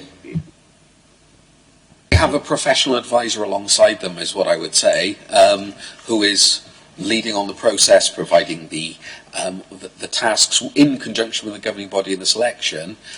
It is trust your advisors, I guess. Question your advisors, challenge your advisors, but trust your advisors at that stage. Can I just clarify? I don't think we said the wrong governors were in place. I don't think that was the former words we used. What I would say is that the support for governors is something that we take back to Welsh Government on almost every meeting where we talk about accountability, and Kirsten and I are part of some of those discussions with Welsh Government, because we recognise the need to strengthen support. If we're staying with the current model, and as the law stands, that I think there really does need to be more support for governors. And Governor of Wales is now gone. There's actually less support for governors now than there was 2 or 3 years ago, and that's, I think, a tactical error at a national level. So we continuously go back and say, look, we recognise the need for more support. I think we need to answer the bit. I don't know if anyone else was going to. I'm conscious we haven't answered the first part of your question yet. If we come in on governors, yeah, and then we'll go on there. Sorry, there's just a couple of comments on what was said about governors. First of all I agree that you've got to have the right people doing the job, but I think the important point you made here is that you don't get too professional-centric on one particular group, because it can cause other governors that could have something to contribute to leave, and I've seen this myself, because they think they're not listened to or they're not taken on board because of a saturation of education background experts. So I think it's important you get the mix right and look at what the potential governor is going to bring to the governing meetings and decisions made. So it's having a broad range of skills, like we've talked in our governing body about. It'd be great to have a lawyer on board who could bring in legal advice as and when required. So it's getting that mix. And, give me a second, there's a second point on this as well. The second point being is that what the governor, it's saying the accountability of governing bodies for the performance of the school, but I also think it needs to be more important and more looked at what the actual governors are doing in their contributions to the running of that school. I'm talking about things like linked governor visits, how much emphasis put on them. Are these governors actually getting in the school, making time to visit what they're linked to, challenging what they see, being a critical friend, to use the old phrase, quality reports coming out of that? And, does anyone else look at these reports apart from the chair of governors when he presents to the full governors? That sort of thing. And I think I'll give a fuller picture of both the local authority and the ESA support role in how is this school being effectively challenged, basically. Is everybody on board? Are they really looking at what they're doing? And what is especially linked governor, I think that's a more and more important role. Because how do you know what's going on in the school? And it's no point creeping in after dark to do a governor's meeting and nobody ever knows about you. If you're in there in school time, then you are getting an idea of what actually is happening above and beyond the data which you receive. And I think that's absolutely critical. And I think those reports that come out of those visits should be available to everybody that's got an invested interest in that school, whether it's at LA level or ESA. Just a point.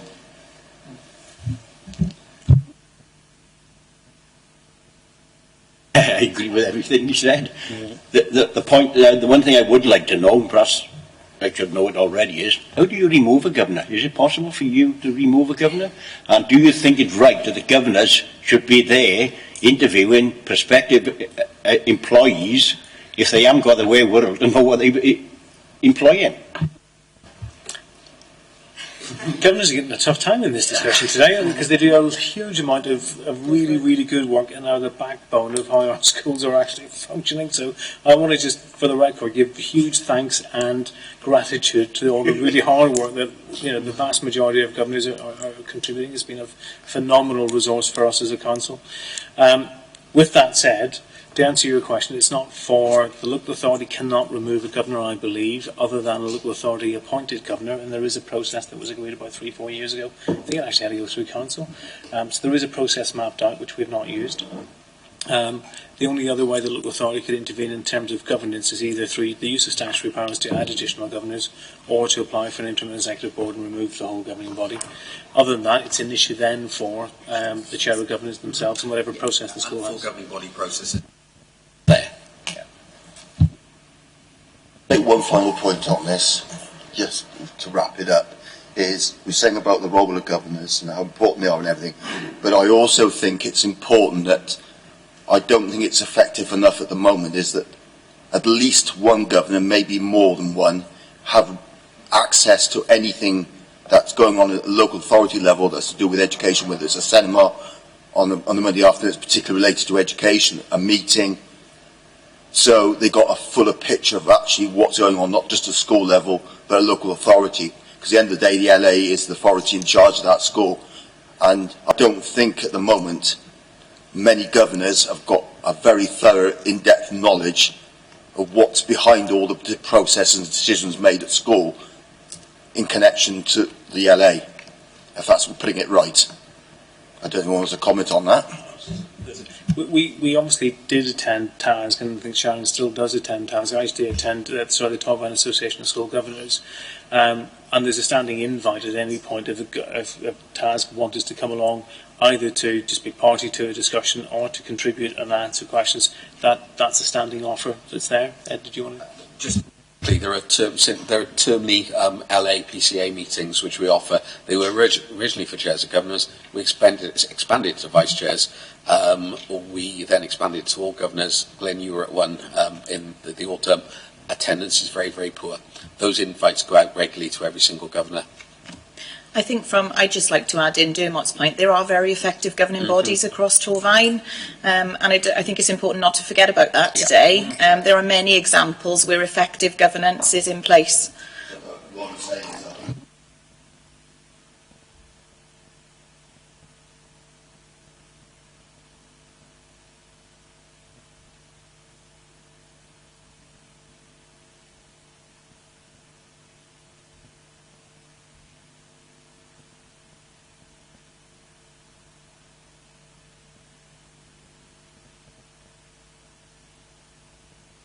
Does it stand up to what you hear in the official meetings? But that is happening in some schools. If it isn't. And that is happening, so I think it's important to note that is happening in a number of schools across Torfaen. So it's just important not to lose that, I think, in the discussion. And obviously where a school's in difficulty, we will meet on a monthly basis typically, and we'll meet with the chair of governors as well. And when we talk about leadership in school, which we do invariably in every meeting, we're talking about the role of governors as well as the senior and middle leadership teams. But, I go back to the point, we continue to make lots of opportunities available. We recognise that governors are busy people who've already made a commitment, probably quite often have work commitments, care commitments, other commitments as well. So we've tried to be flexible in the timings and the range of offer that we make. And if there's anything that anyone can add in as to how we can extend that range, we're always interested to see how we can do it. So, suggestions, please, yeah. Can you... Number question one? It was the...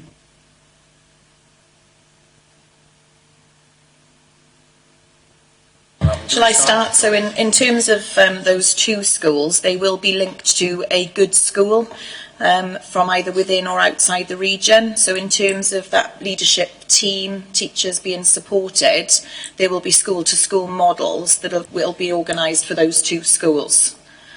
We're confident, again, they're being brought in through the schools causing concern process still, so we are still having regular discussions, regular meetings with the leadership team and governing body of that school to ensure that the pace of progress continues. Obviously, in the case of Westmont, new head teacher there, so we're looking at an appropriate induction package for that colleague who's come to join us.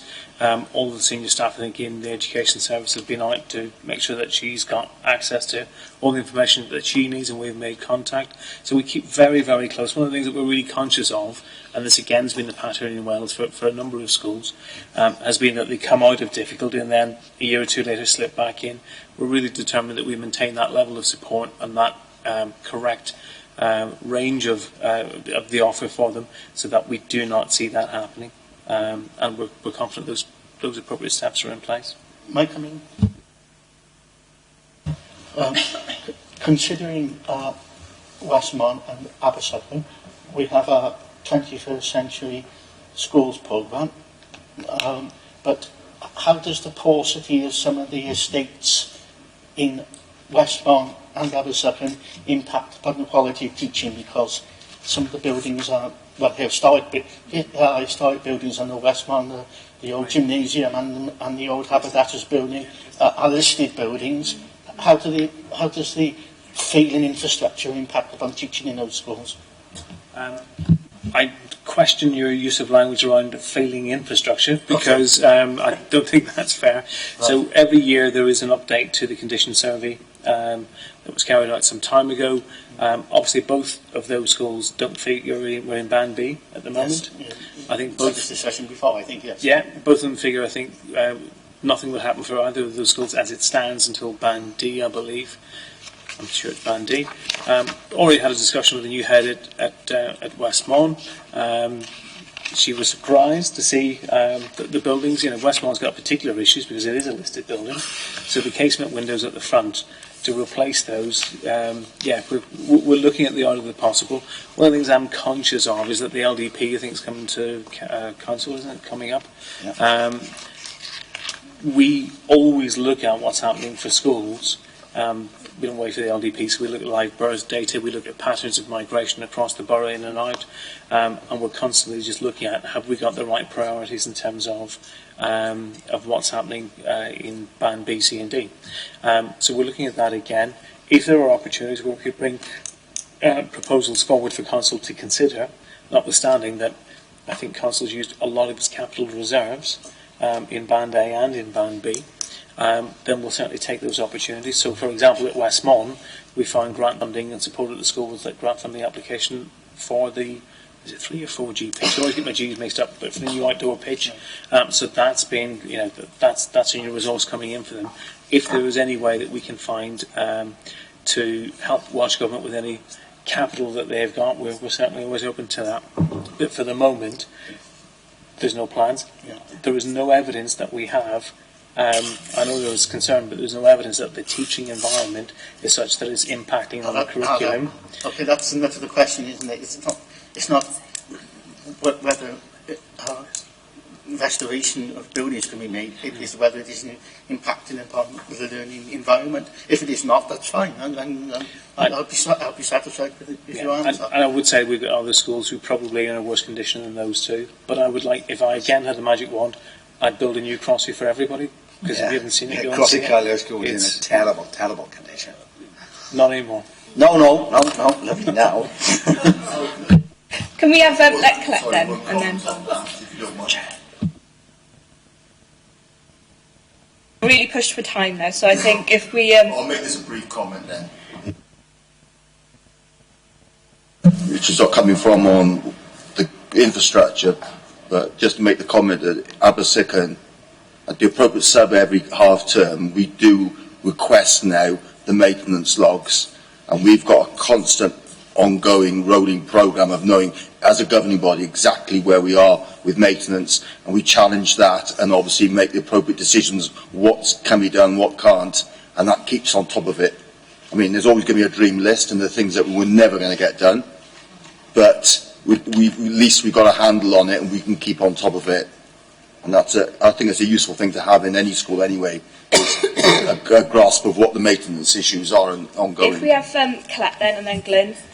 Just ask, with the new curriculum, I'd just like to know what support and emphasis the AS is going to put on the creative curriculum, particularly with in relation to music.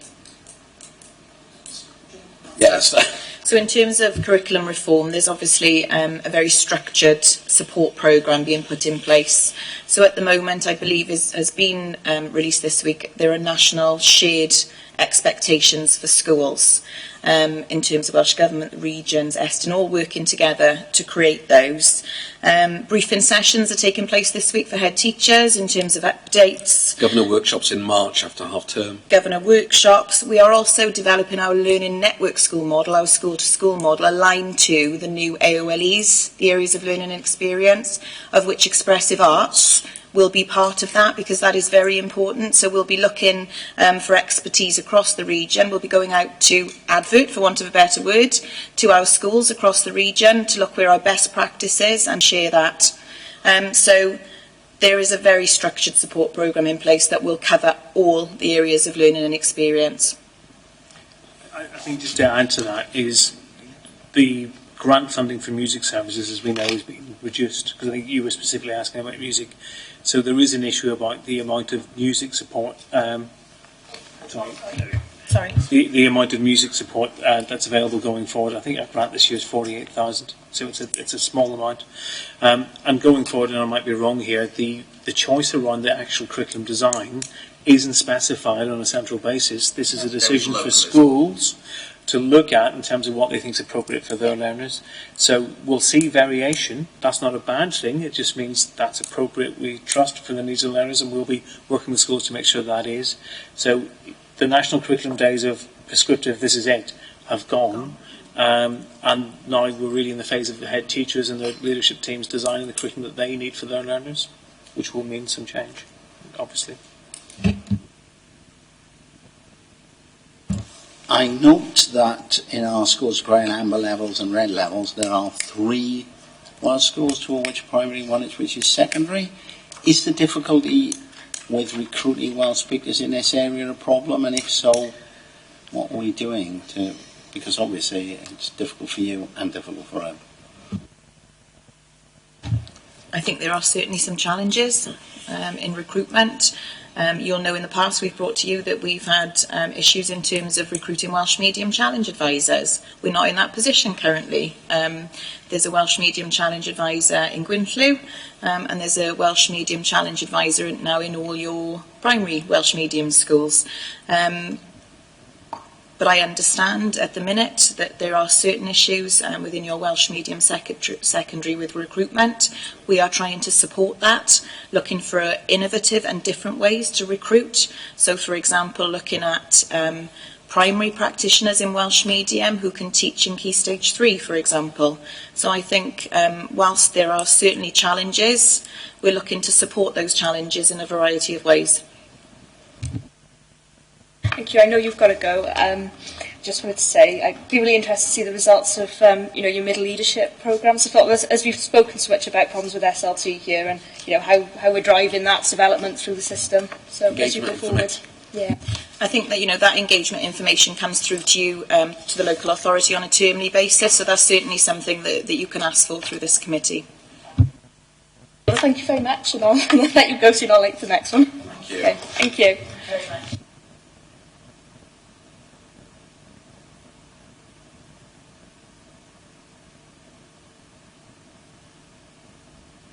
Can I just say that if there are any additional questions around the business plan, please feel free to contact us and we'll answer those.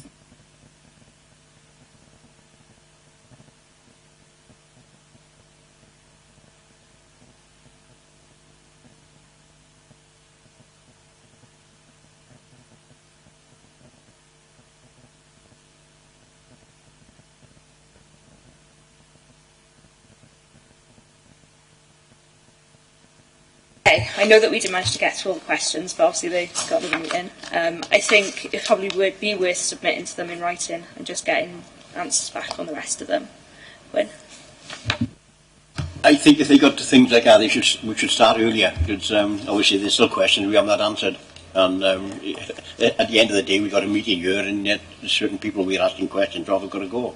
You know what I mean? So I think if this happens again, we need to start either quarter an hour earlier or half hour earlier to get all the business done. That's my point, and it's on record.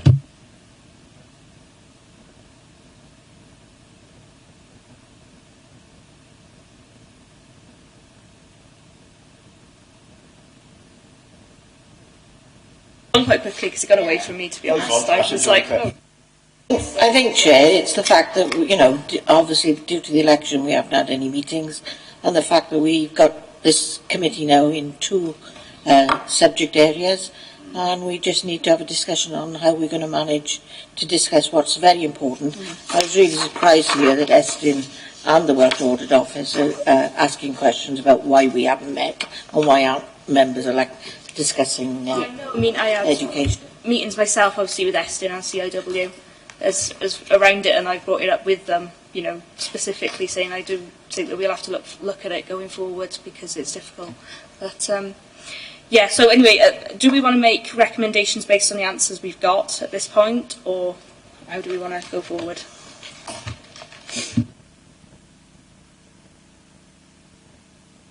I still retain the view that I had.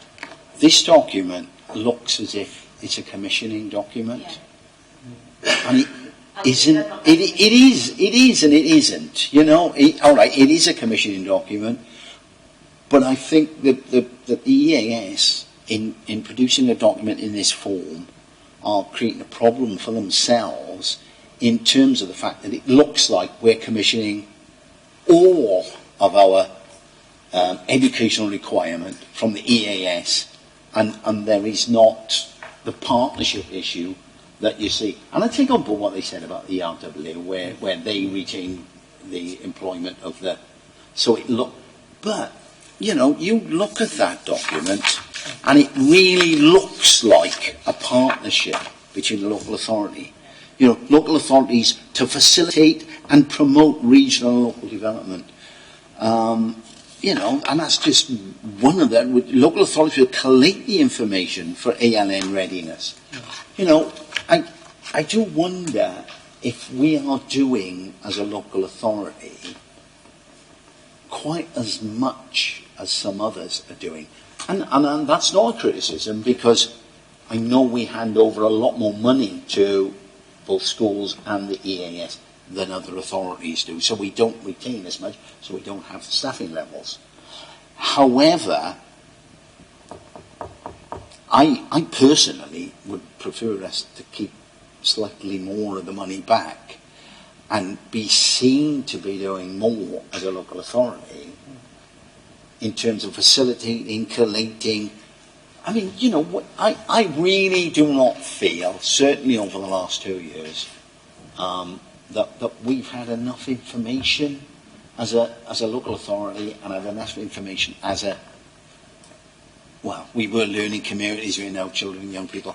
We don't have enough educational information coming in, and I do get this impression that we are struggling to give as much commitment to the schools as perhaps we ought to be.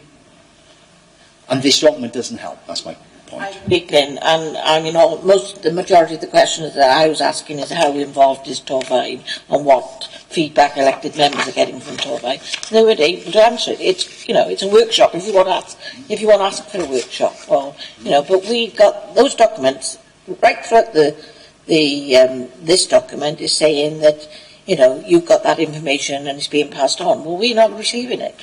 Wherever the blockage is, whether it's being passed into the local authority education department, but it's not coming to elected members unless we ask for a specific member seminar, and then we get a certain amount of information.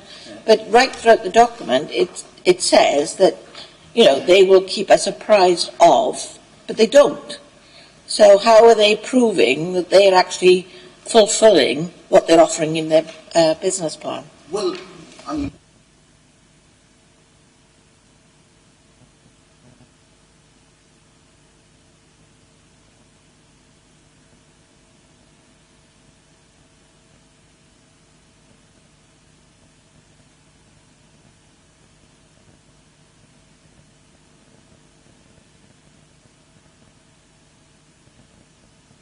It's a double issue. I mean, one is their document, sorting out how they've laid it out, and two, on our part, you know, just checking out where that feedback's going and making sure it's coming to us in a timely way.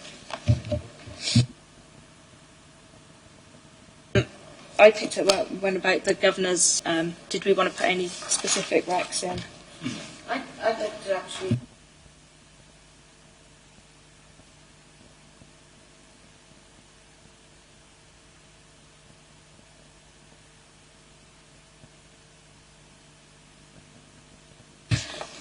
They're trying to do the day job in our schools, which is what they're employed to do, which is on their contract. But there's so much other work that is coming from all sides, whether it's cluster work, whether it's school-to-school work, whether they teach good practice going out into other schools, which is preventing that good practice from going on in the school that actually employs. I know they're refunded monetary-wise in lots of aspects, but it's not the money that you're talking about. You want the quality of expertise in the classrooms doing the job that they're employed to do. That's what I was trying to get at earlier, is that, you know, the pressure's being placed on them to do this, Absolutely. whether it benefits the learners in the school or not. You know, they're just being expected to do it. Yeah. It would be good to check how much pressure is coming from both the LA and the EAS when we start our school monitoring tool. The thing I've took in is that they're not getting the right people in, are they? Is it a monetary value? Should they be paying more money to get the right people into the area? And he admitted himself. What did the lady say? That what was the excuse now? Poor leadership. The 3 points she made. The wrong employing the wrong people. I don't know, I just feel that something they should look at it and get the right people in, because at the end of the day, it's our future. It don't affect us. It will affect our children, but I think something needs to be done. If it's a money problem, money needs to be found to employ the right people. It's, well... I'm really concerned about the comments that they made about professionalising governors. I think there are a lot of governors out there. I just take the governing body that I was chairing. I had officers from Welsh Government on there. I had managers from Arvin Meriter, a local business. I had an ex-lead member of an SLT of a school, and the expertise is down to, what people pull into that particular school, and there's a lot of expertise out there. But sometimes it's just being removed for, personal and vindictive reasons.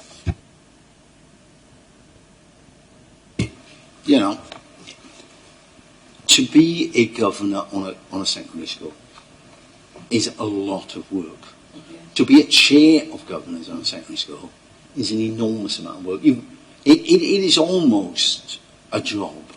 It's certainly definitely a part-time job. Most chairs of governors on comps are expected to be in it at least once or twice a week, because that's the nature of the beast. It's such a big school, and the difficulty with it is it's an unpaid position, and as a as a consequence, it falls to people who tend to be retired. Now, I'm not saying that that's a bad thing in itself, but I think, some of Dermot's comments about bringing in some professional help. I mean, we have an independent person on our audit committee. We have an independent person on our board for the pensions committee. We have them for a reason. I don't think it would be beyond the wit of man to have somebody, because I've been on governing bodies where I've despaired at some of the decisions because they've been made, I don't know, for friendship reasons. They get pally with the teacher who then gets a promotion, and it's not the way it should be. And I'm not saying that there's a lot of that going on, So you're saying that but it happens in some places. You're saying there is, I think that's... I'm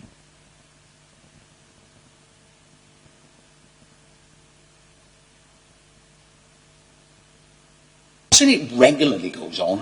What I'm saying is I have witnessed it. I've been, you've got to remember now, I've been a governor for 30 years. And it happens rarely, but it happens.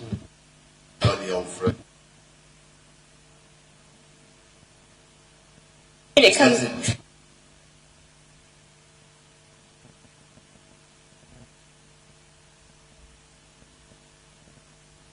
I think it comes back to how they're recruiting and training, because, and the issue is then, we can come in and take a governing body out, but, you should be developing your governors that you have and, raising them up to be ready to train. Well,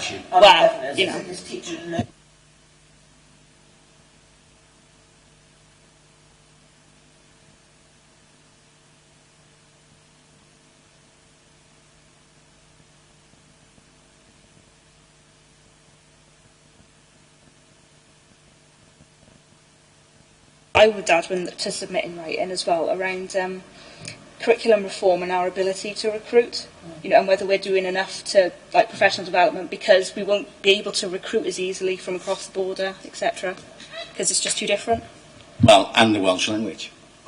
The Welsh language is now a major part of teaching within our schools, and in areas like this, it is very difficult to recruit Welsh speakers.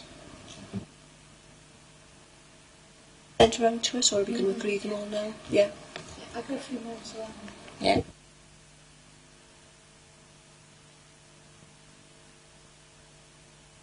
I think at the beginning of Ed's presentation, he sort of said to you that EAS are happy to run workshops to help members scrutinise attainment and to understand in particular the changes in accountability. Now, I think it would be important, and for myself, for us to take up their offer. So I think that's a definite. What was the other one I had? Just bear with me.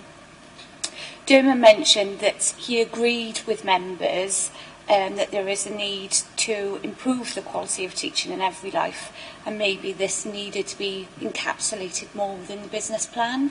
Don't know if you feel that maybe that should be a recommendation or comment that should be put forward. What was the other one? All through the document, I was asking myself how. Yeah. When?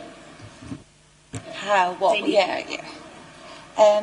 This is something the chair raised actually. Consider offering and providing qualifications certificates for school governors who complete governor training in particular. There used to be a bronze award, isn't there?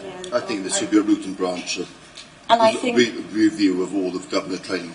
Dermot agreed with that, didn't he? He said that there needs to be something to ensure that professionalisation of governorship is sort of noted within that plan.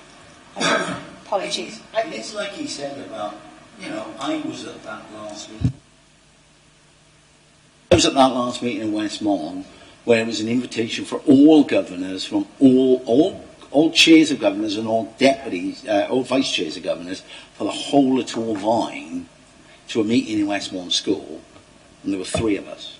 That's my point.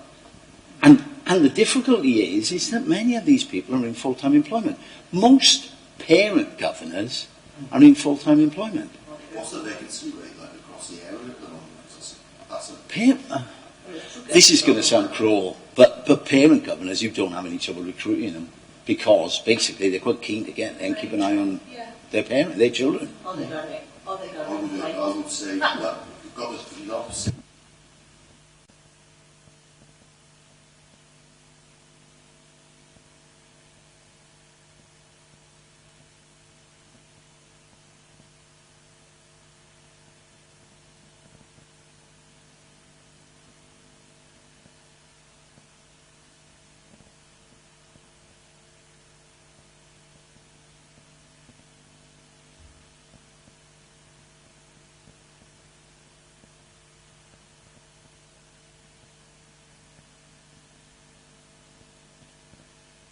And actually, with any recommendation we put in, that there's, the differences between schools and the struggle they're having to recruit. So, there's not just one size fits all solution, because there's different categories they're struggling with. Probably of a personal nature, having been removed from Cumberland High School, but as a counsellor for Fairwater, which the school is in that ward, I don't have any reports since they put their IEB in. Their IEB is only 2 members at this moment in time.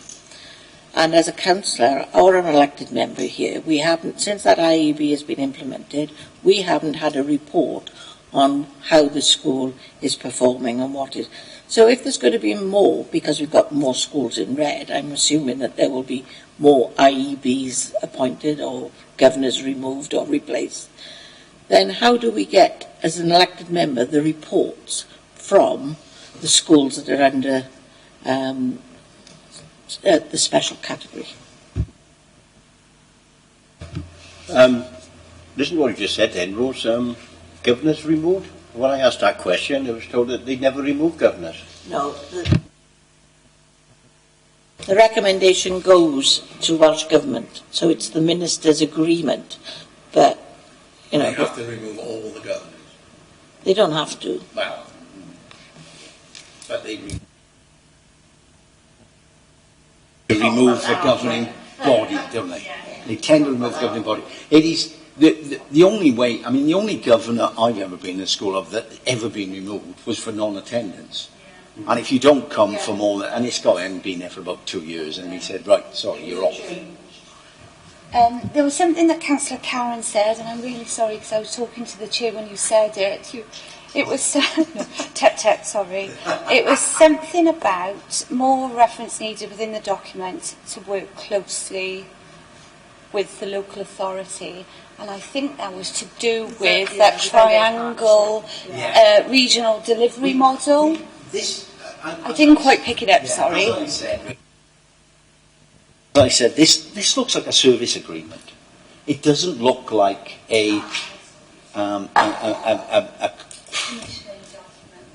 looks like a commissioning document. It doesn't look like we all work together, we're all in this together sort of type document. It doesn't look like a collaboration document. It doesn't, exactly. And that, I think that needs to, and I think we need to make more in this document as well of the collaborations we're having to have with head teachers. Because head teachers, there are three major areas where, I mean, I can't remember who's the other one in that triangle. I think it's, no,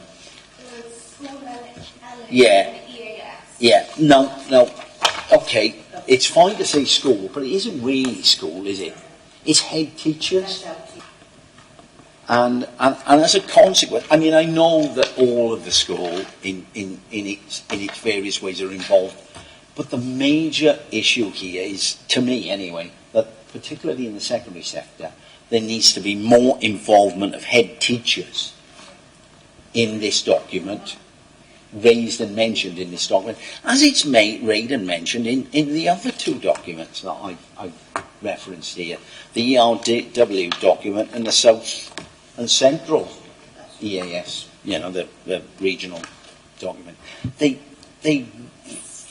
seem to be speaking more around collaboration than we do in our document. And the EAS can't do it all. The last one, the last couple of points then that I picked up was, and I think you felt this was quite appropriate, but I'm not quite sure whether this is a question you want to debate now or whether you want me to put it to Dermot. There really needs to be a mechanism considered to share key documents with the committee regularly. I'm not sure whether you want to debate how you feel that should be done here now, or whether you want me to put that question to Dermot. I think we asked the question, didn't we? And Dermot said there was something out in November. I did make a note of it. We had that election and everything else. So, but I certainly haven't seen information that should have come out in November, let alone anything else that should have come out. And it's that route. It's where it goes to, and whether it stops there, whether it goes to Dermot as the lead officer or Dave Yall as the executive member. But it doesn't come any further. And how can we do a proper job of scrutinising education if we're not receiving the information that's been given in the first instance? Even if it's just something like a regular monthly thing where they just issue reports that they think we should read up on, just to draw our attention to it, because you can't be on top of everything, no matter how much you would like to. I think, Chair, it'd be really good if we could have just a sort of quick report of the Eston inspections. Well, It wasn't. That we no, we could have a discussion, we have a link to them, but we can have a discussion here as to what, what the LA is doing about them if they... I mean, I think if you look at page 49, it says in there, annual reporting activity through each of the governance groups is agreed in advance. Progress on the implementation and impact of the business plan will be reported formally at a mid-year basis to the joint executive group and the company board. I see no reason why a copy of that can't be sent to this committee, addended to our, just, we may not even wish to discuss it, or discuss it in a minor way and bring it to the next committee or whatever. But I see no reason why that business plan, mid-year basis report cannot be brought directly to us, even, as I say, as an appendix to our reports. I'm nearly done now. There was also, I think Ed raised this, he was also offering a workshop on the schools causing concern, so that as members you're fully apprised of what's going on there. So again, I think that would be quite useful for you to take that offer up. Yeah. The only thing I'd say there is we're just about to have another council on basically this issue. I mean, forwards, it doesn't help to... Can I just say, having gone down this route twice, there was a school causing concern document that allowed for an appeal by the schools, and the directors of education saw fit to take that on board and change the document so that they're able to impose those measures, but without the opportunity of anybody appealing that process. And I think that's unfair. There's an appeal in most areas of issues of concern today, and I think we should perhaps be looking at the document that they've altered in agreement with Welsh Government, but it doesn't leave the opportunity for anybody to appeal any situation, to produce any other evidence that may have. There is an opportunity to produce the evidence, but it had in the first document that we had, you could produce your evidence to the minister after the referral, and the minister would look at the local authority evidence and the schools or the governing body evidence, and then the minister would make that decision. This doesn't happen now. You have to submit your evidence to the local authority so they can see everything that they think is that you've been doing or appropriate or what have you, and then they take that decision then to refer it. But there's no opportunity for appeal. I think it still remains in the English version of schools causing concern, but it isn't in the Welsh.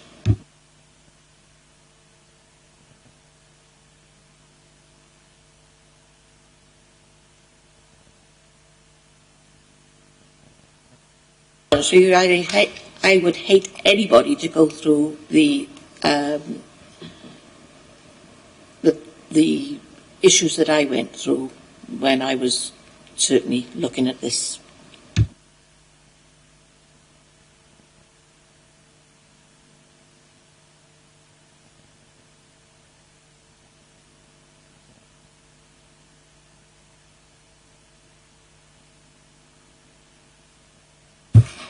Right, and the last two then is, it would be helpful, and I'm not sure again if this is more a comment that you want to pass back to the EAS as part of the consultation process, helpful if EAS inform members how priorities are derived so members are able to scrutinise if they are the right ones for the local authority. So that's just a comment. And this is lastly something that Councillor Thomas raised, future scrutiny of sixth form college. And I think this is more a debate that you all need to collectively agree on whether you want to include down your work programme. But we need to be clear, what is it exactly you want to scrutinise? What's your suggested scrutiny?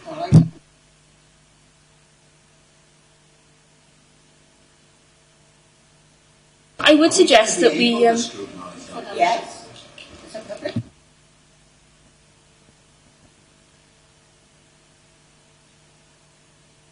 I would suggest if we finalise the recs, because we got to look at future work plan after we've sort of closed the meeting. So if we want to do that, and we can talk about it then, if that makes sense. If the AM gets to type all those up and circulate them, and we'll send the other questions into them. So date of the next meeting then is 11th of March. Yeah, 11th of March, same place, same time. So that'll close that main meeting, won't it? Go on. Do you want to turn it off now? Yeah.